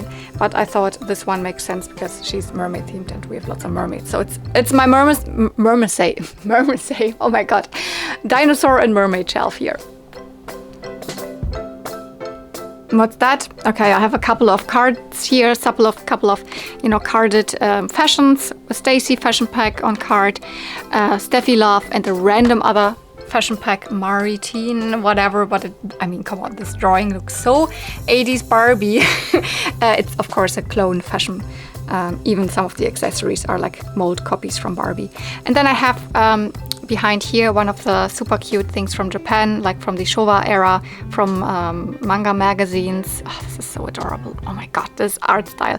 And I have one of the greeting cards from, you know, the Barbie fashion pack greeting cards from the 90s. Got it from Fountain Mermaid. Thank you so much. Okay. How about another miscellaneous shelf like this? Oh, this is also, I love it when shelves are so packed full. But honestly, I will talk probably 1 million years about this because there's so much different stuff on it. On the right hand side, I have lots of these little, brushable animals that are, not ponies, but are either kitties or puppies or birds. So it's the fairy tale birds. From Hasbro, a lot of them. Do I have here? Yes, always in here, in between, in the front, some babies. These are actually just some fakey birds, but they're super interesting. So similar toy line, just not original by Hasbro. And then the kitties and puppies in between are mostly from the Little Pretty toy line from Mattel. This is all, late 80s, early 90s stuff. And I have a couple of the Simba Beauty friends in the back there, for example. They look a little less cute, but they're still cute. And also on the left side, Simba Beauty pets. So this is all Little Pretties, Simba Beauty pets, fairy tale birds, and similar creatures. So this is this side, and then the other side has even more different things. So guess we also have some dolls here. The big doll there actually is a dolly surprise. I only have one. I would really like to have more, but yeah, space and all. They're smaller than Barbie, but they are take up more room because they have way bigger heads. They have growing hair features. They are super adorable. Then I have these super small ones there. They are little kittles. They're the 90s little kittles. One of them is in their lockets, one of them is free. Next to it, that's Rose Petal Place, also a doll line that I would like to get more, but they are not available in Europe at all, I believe. I mean, they were not, and that's why they are not really, unless you find them from collectors. They're small, they're by Kenna, so I think I will expand this toy line more. This is the main character, Rose Petal. What do I have in between there? These houses there, these castles. There I have two star castles. These two, there's so many that are available, bigger ones and all, but they take up a lot of room, and these are super cute. They're glittery. You can open them up a little bit like Polly Pockets, but not for me here. Because there's no space. I have one little Secrets. I have a Shimmers standing on there, and then two more of the modern Magic Mixies Pixlings. And I have one of my two Charmkins playsets in here. And in there, of course, you can see there on the top layer, there are a couple of the little Charmkins dolls standing. And then down there, I actually rather put, I don't know, can you see that? I put more of the Shimmers babies. I have two more Shimmers. This is this little butterfly, and then this green-haired little butterfly there. I love this line. This is something that I also would love to get more, but even in the US, they are kind of rare and, I don't know, difficult to find. So I don't know how much I can add to this collection, but I will. What else do we have here? Blinkins. I have a couple of the small Blinkins ones. None of them are in super good condition. None of them are complete or anything, but they're cute enough for me, These are these little bug creatures. I don't have any of them that is really able to glow. They actually, you should, they have a battery in them, and their bottoms should light up, but, I mean, they're cute enough. I have 4. Do I have 4 or more? No, I think I have these 4. And then I have, of course, the Snuggle Bums in here. Snuggle Bums babies. I tried to recreate their hairstyles because this one had 2 pigtails and this one had a little clip in the hair, but this huge thing is not her clip. But yeah, super adorable. I mean, everything here looks a little bit like, flowers and, I don't know, the meadow and greens and very soft pastel, I don't know, sunny flower colors. I don't know, that's what this shelf is mainly. There's other stuff like these little ponies that are actually, they're original My Little Ponies, but they were made by Bully, so they're a licensed thing. Another little Snuggle Bum figure. Oh, by the way, here's another Blinkins. I didn't see it. I don't know why. I apparently have 5 Blinkins. And then more magic diaper dino babies in between. Whoop, whoop. Whoop, underneath there. The playset, folds open. That's why here's another layer, and they're sitting on the, on the door of the playset, you could say. It looks a little bit like a grass underneath them. Then I have my one magic kissing dragon in the middle, and I have some of the Here, this little dog, the flocked one, and the kitty. They're from a similar line like My Little Pony. They're kind of the My Little Pony sister line. They're the little litters. My Little Puppy, My Little Kitty.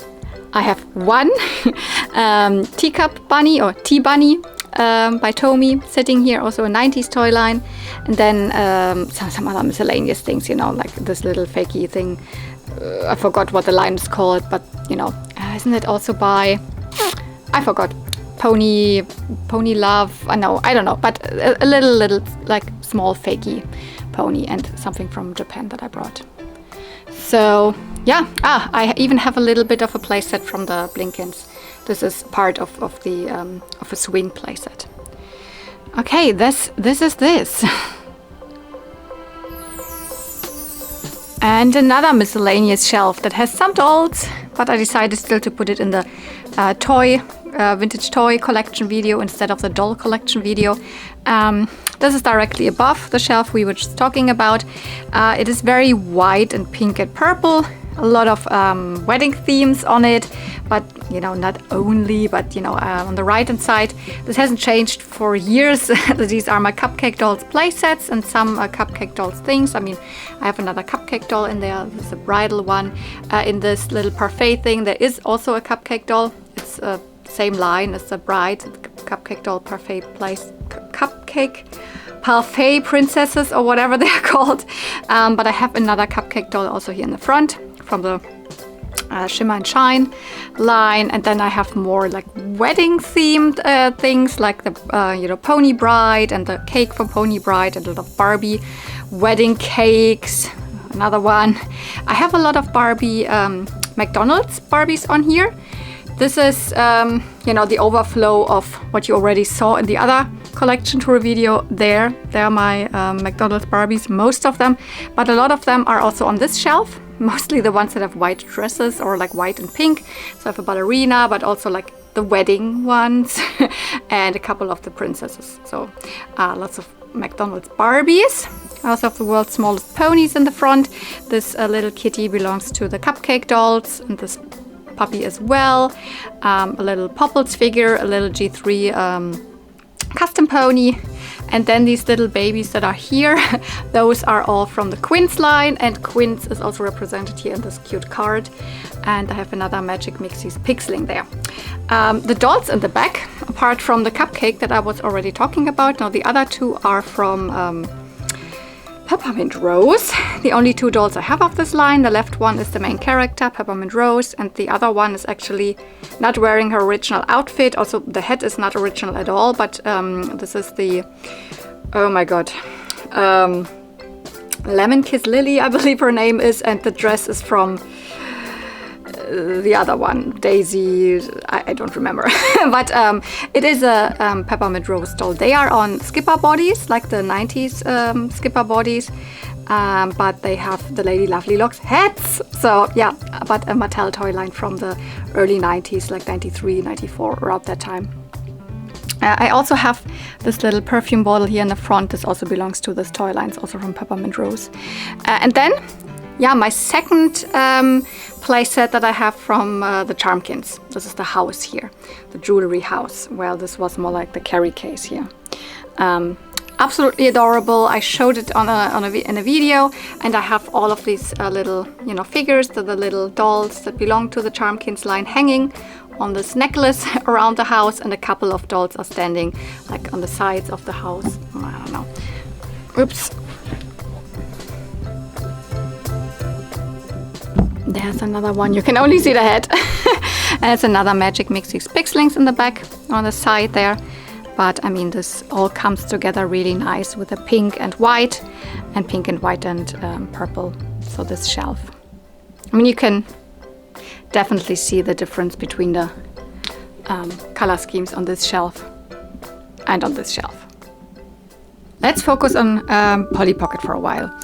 I've had my Polly Pocket shelves over here for a really long time, but it was always 4 shelves. So the one that is now completely skipper, which you saw in the other video, in the doll focused video, that used also to be Polly Pocket. So I had to, you know, squish them together into 3 shelves, which It was a task, although I already like 2 years ago or like 1.5 years ago decided to part with some of my Polly Pockets. There was still a lot that I had to, you know, change up, because as you might see, there's almost no Polyville left. I have like this one still because it's my childhood one, and then this because I found it recently at the flea market. I will also part with this, but the rest, there's almost no like open play sets. I really focus on the compacts and some others.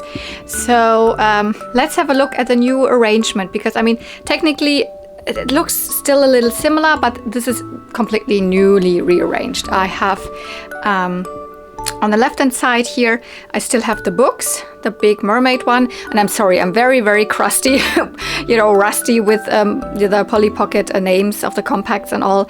But here are the smaller ones, the story books, and then, you know, the big mermaid adventure, whatever it was called. In the back now, the half like translucent ones, so the Pretty Roses, or I don't remember exactly, the Bubble Bath, and then the Starshine Palace. They were always standing right in front here, but they were falling down so often. You know, technically my door cannot really, you know, because it has the stopper there, so it cannot reach, you know, the Polly Pockets or whatever is on the shelves, but they fell down all the time, so they are now more secure in the back there, because some of them have the smallest pieces, like these small pieces here, they go into, for example, the Sweet Roses or whatever it's called. And, you know, I might have even lost one or two down here, but that's why those are there. And I also try to then put this newer one. This is like a, you know, modern one, but it's a little bit in the style of the ring compacts from back then, back in the 90s. Also on there, so these are the more translucent ones. By the way, I focus mostly on everything that's 90s Polly Pocket. I only have a few that are early 2000s. And then I have a couple of the reproduction / you know, the new ones, the keepsake collection ones that look like the 90s. Yeah, here I have some others that have like, you know, different designs that are not necessarily,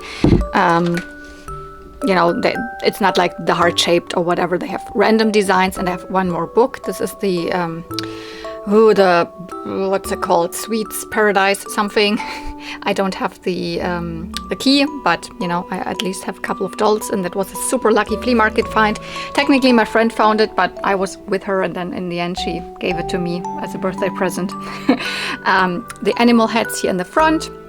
And on the other side, the other small animal compacts, the heart-shaped ones. In the middle, I try to put everything that is a little, you know, gold, glittery, shiny, you know, all of that. That's why I have the jewel ones here in the front. Completely in the front here are some of the lockets. Those are, this is something I still like want to expand the collection. Lockets are so expensive. Although they're the smallest ones. Anyways, let's keep it going with the jewel ones, and then in the middle, also very, very shiny there, another like locket. And behind there, the Pony Club is the green one. What's that one called? Pony something. I'm very sorry, as I said, I haven't like you know, focused on collecting Polly Pocket for a while, so I don't remember all of the names of the compacts. Around this one, so the smaller ring compacts around this one, those are not original ones. Those are reproduction / I mean, not reproduction, but those are the keepsake ones, so the ones that came out for the last couple of years.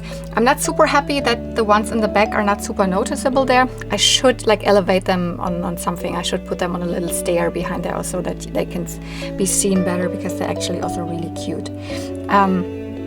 Then on top in the middle, the Clueless one, also of course not an old one, but it's so sparkly and glittery, and it's the only one of the, you know, collector Polly Pockets that I have that come out with all of those licenses, you know, Harry Potter and whatever they did. So the only one I was interested in was the Clueless one.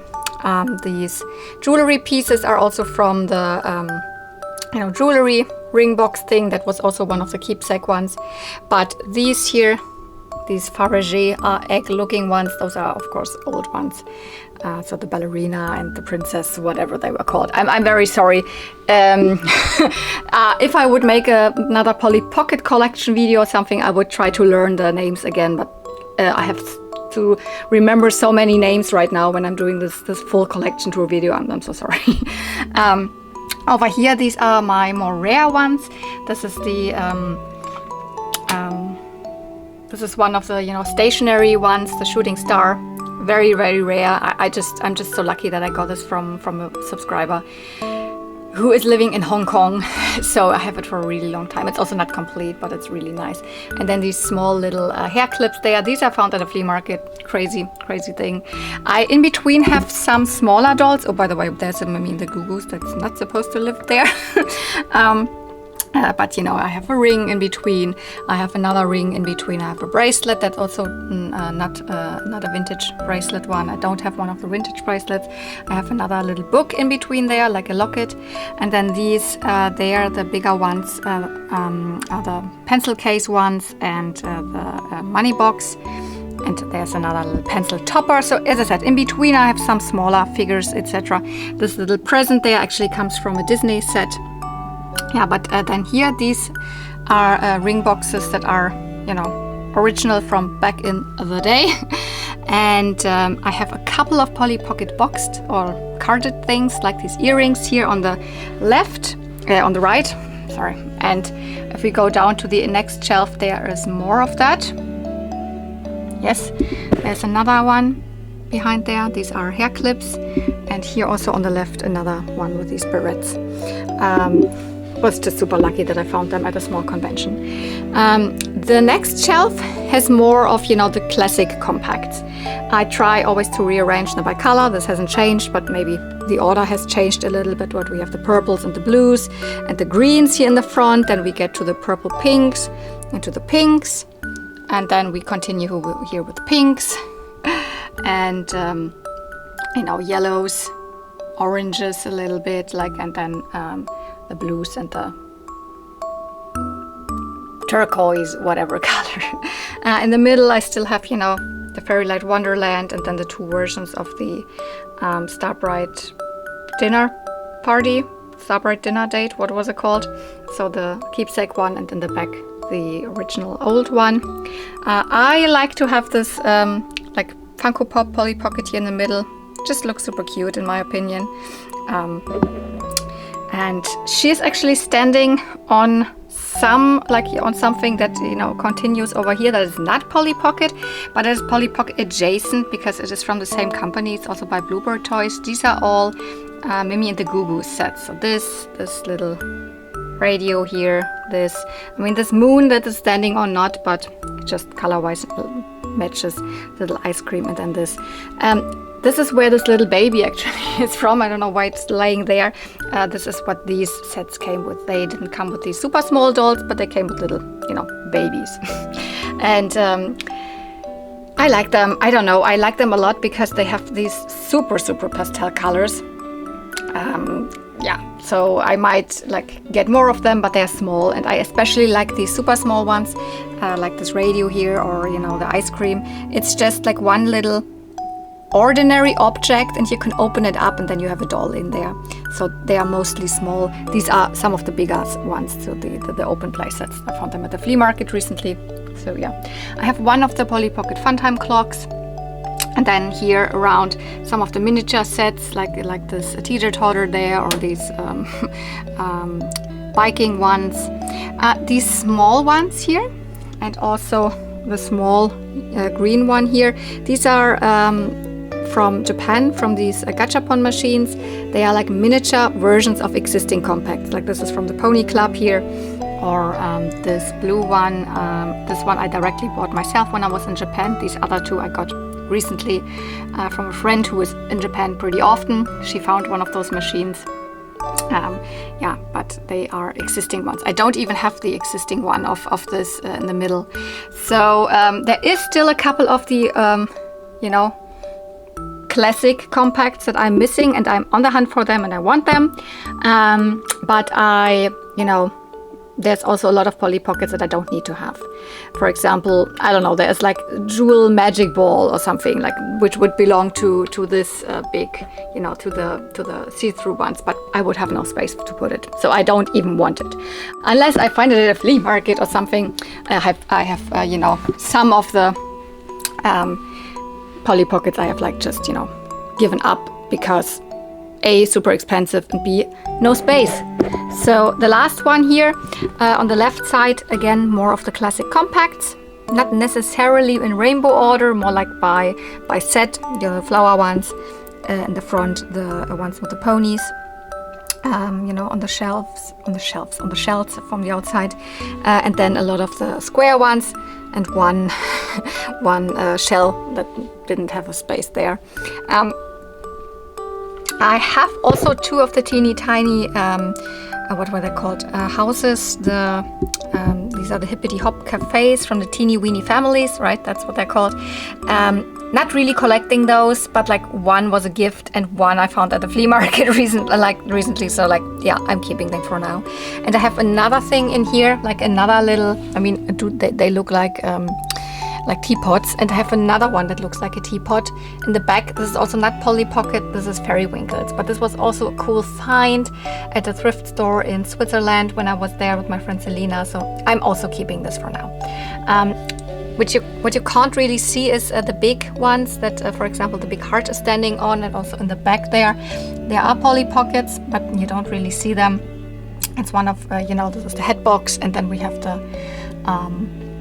makeup one, with all the different makeup compounds in there. Yeah, and then I have the hearts. So maybe take this off here. You can see this is the 35th anniversary keepsake collection, one of the birthday stamper. And then I don't have the original birthday stamper, but I have here the Starlight Castle, and then the reproduction one. So the Starlight Castle, if it's really called Starlight Castle, my brain fart. As I said, don't remember the name so well. The keepsake collection one, the dark purple one. And then underneath the wedding chapel here, I have the baby. It's a school, Stampin' School. And hidden by this fake Polly Pocket there, it's actually the Christmas version of the ski lodge here. And it's okay that it is hidden because it actually mostly comes out for Christmas. The only 2000s Polly Pockets that I have are these here. I really like this series with the see-through fruit ones. So I have the apple and the strawberry for now. And now this is not standing anymore, of course. Okay, it is. Here's a small locket, also more like a flower one, but really cute. And I have a couple more of these, but they're hidden underneath these other shelves there. There I have the camera. By the way, I have also a Christmas one there, which is not 2000s. It's a Heidi's Alpine Chalet, the Christmas version. And then in between, underneath there are some fakies. Maybe let's take one of these off. You can look in there. There's a couple of them that I don't necessarily need to have on display. So yeah, this is my current Polly Pocket display. Oops, I didn't say anything about this. Yeah, this I need to have, although it is technically more like a Polyville style. This is the soap dish. Yeah, I'm really pleased with how the new 3 shelves look with Polly Pocket. I had really like a lot of work with those, you know, but it paid off. It was like half a day of work or something, and it absolutely paid off. I really like to look at it again. Before that, it was like the same for a long time. The down shelf, the shelf underneath, was not really my cup of tea anymore. It was so, you know, also had VHS tapes on there and all, and I didn't like it.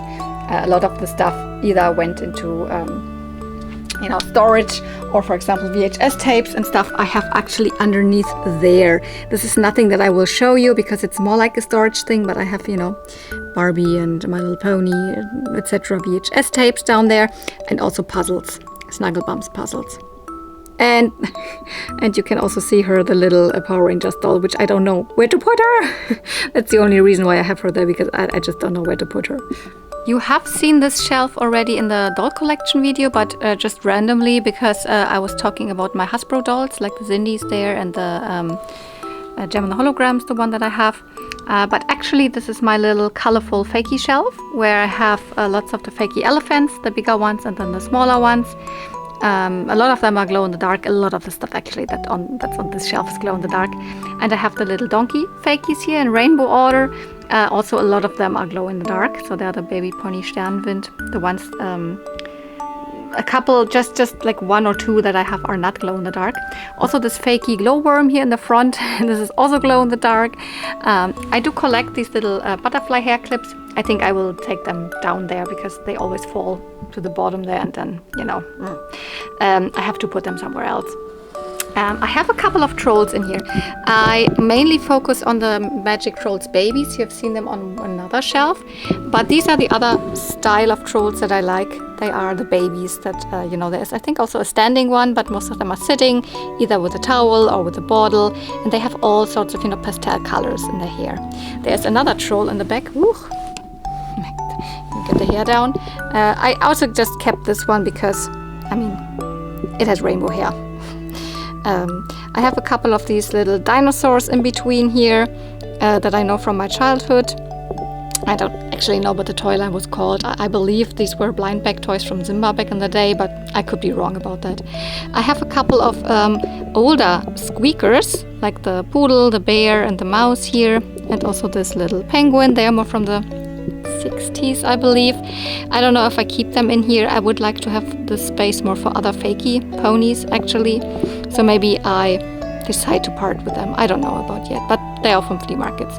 Or one of them, I think the little bear I got as a gift from my friend Mikuru back in the day. Then I also have, because, you know, we are already here with lots of glow-in-the-dark fakies. By the way, these 2 here, these bigger sized donkey fakies, they also glow insanely good. They glow in the dark. But, you know, glow in the dark, these are not fakies, but yeah, these are the glow friends. They also glow in the dark. Like, they're probably the best glowing toys that I have. Even this little Bo Peep there from Toy Story glows in the dark. That's why I kept her out, because I have most of my Toy Story toys are not on display anymore. She's actually just a McDonald's one. What else do I have here in the front? A Poochie Stamper, and then the Shaggy doggies in the back there. I have gotten way more now, so that's why I also have to rearrange the shelf, and I would like to put all of my Crumpet fakies on it. I have another one of the Magic Mixies Pixlings there, and another little fakey dog. And in between there's a little other, you know, dragon or dinosaur. So yeah. Technically, my plan would be these dolls there need to go somewhere else. Maybe over there, but also don't want to, you know, cramp this shelf full of dolls. I don't know exactly. But then I would definitely take a couple things out here and have more space for other fakies. Oh, I didn't even say anything about this pony in there. This pearly one. This is from the HQG1C. This is Kitty Love, one of the first ones that the HQG1C did. Yeah, okay, this is this shelf. It's a little hidden behind my couch, but it is super, super colorful. But it has been like this for a really long time, so I would like to change it up a little bit.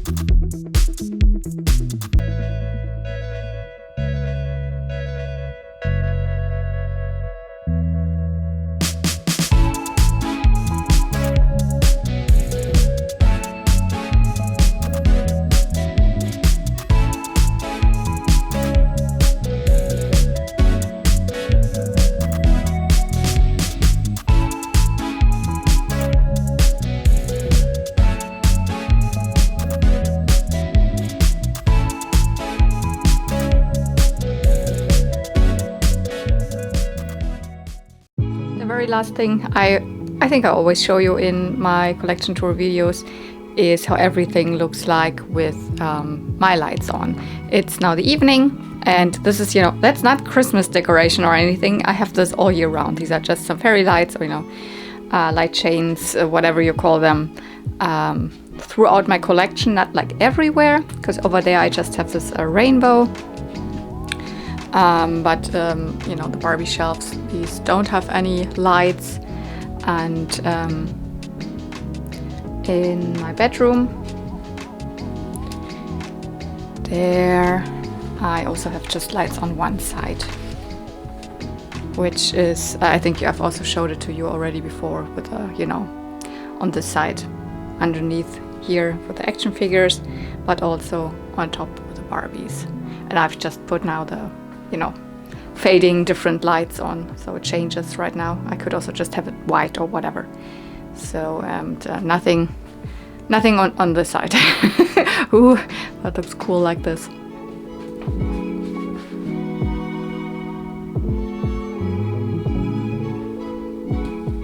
Okay, I guess that's it. I haven't changed any of the lighting situation. Maybe I haven't showed this, I'm not sure. But the rest is as it has been for years already. But you know, it's really, really nice when I'm sitting then here on the couch and watching my stuff on TV, my laptop, etc. Then I can look over here and I see this wonderful, colorful mess.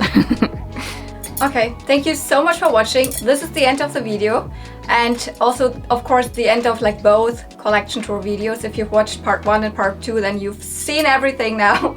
I hope you enjoyed it. I enjoy making these collection tour videos, but I really just want to make them once per year, because around the year then something will have changed. Otherwise, you know, what's the point in filming the same stuff all the time and talking about it again and again, and it is kind of exhausting to film this whole collection. I have so many different shelves. I really hope I haven't forgotten anything, but I think, you know, I had a list, I checked the marks, check, done everything. So if you enjoyed this, don't forget, you can give this video a thumbs up. You can comment down below whatever you want, especially if you watched until the end. Please let me know that you are one of the brave soldiers who watched this marathon until the end, even both videos. Yeah, or if you're not subscribed, maybe you want to push the subscribe button, because I do lots of, you know, content about all of this. This is what my channel is about. You know, I'm talking about vintage toys from the 80s and 90s. I go to flea markets, I talk about Barbies. Here and there I talk about some new Barbies. Whatever might be the case, if you're interested in that, then maybe you want to follow me. So thank you so much for watching. See you real soon, and may the toys be with you. Bye!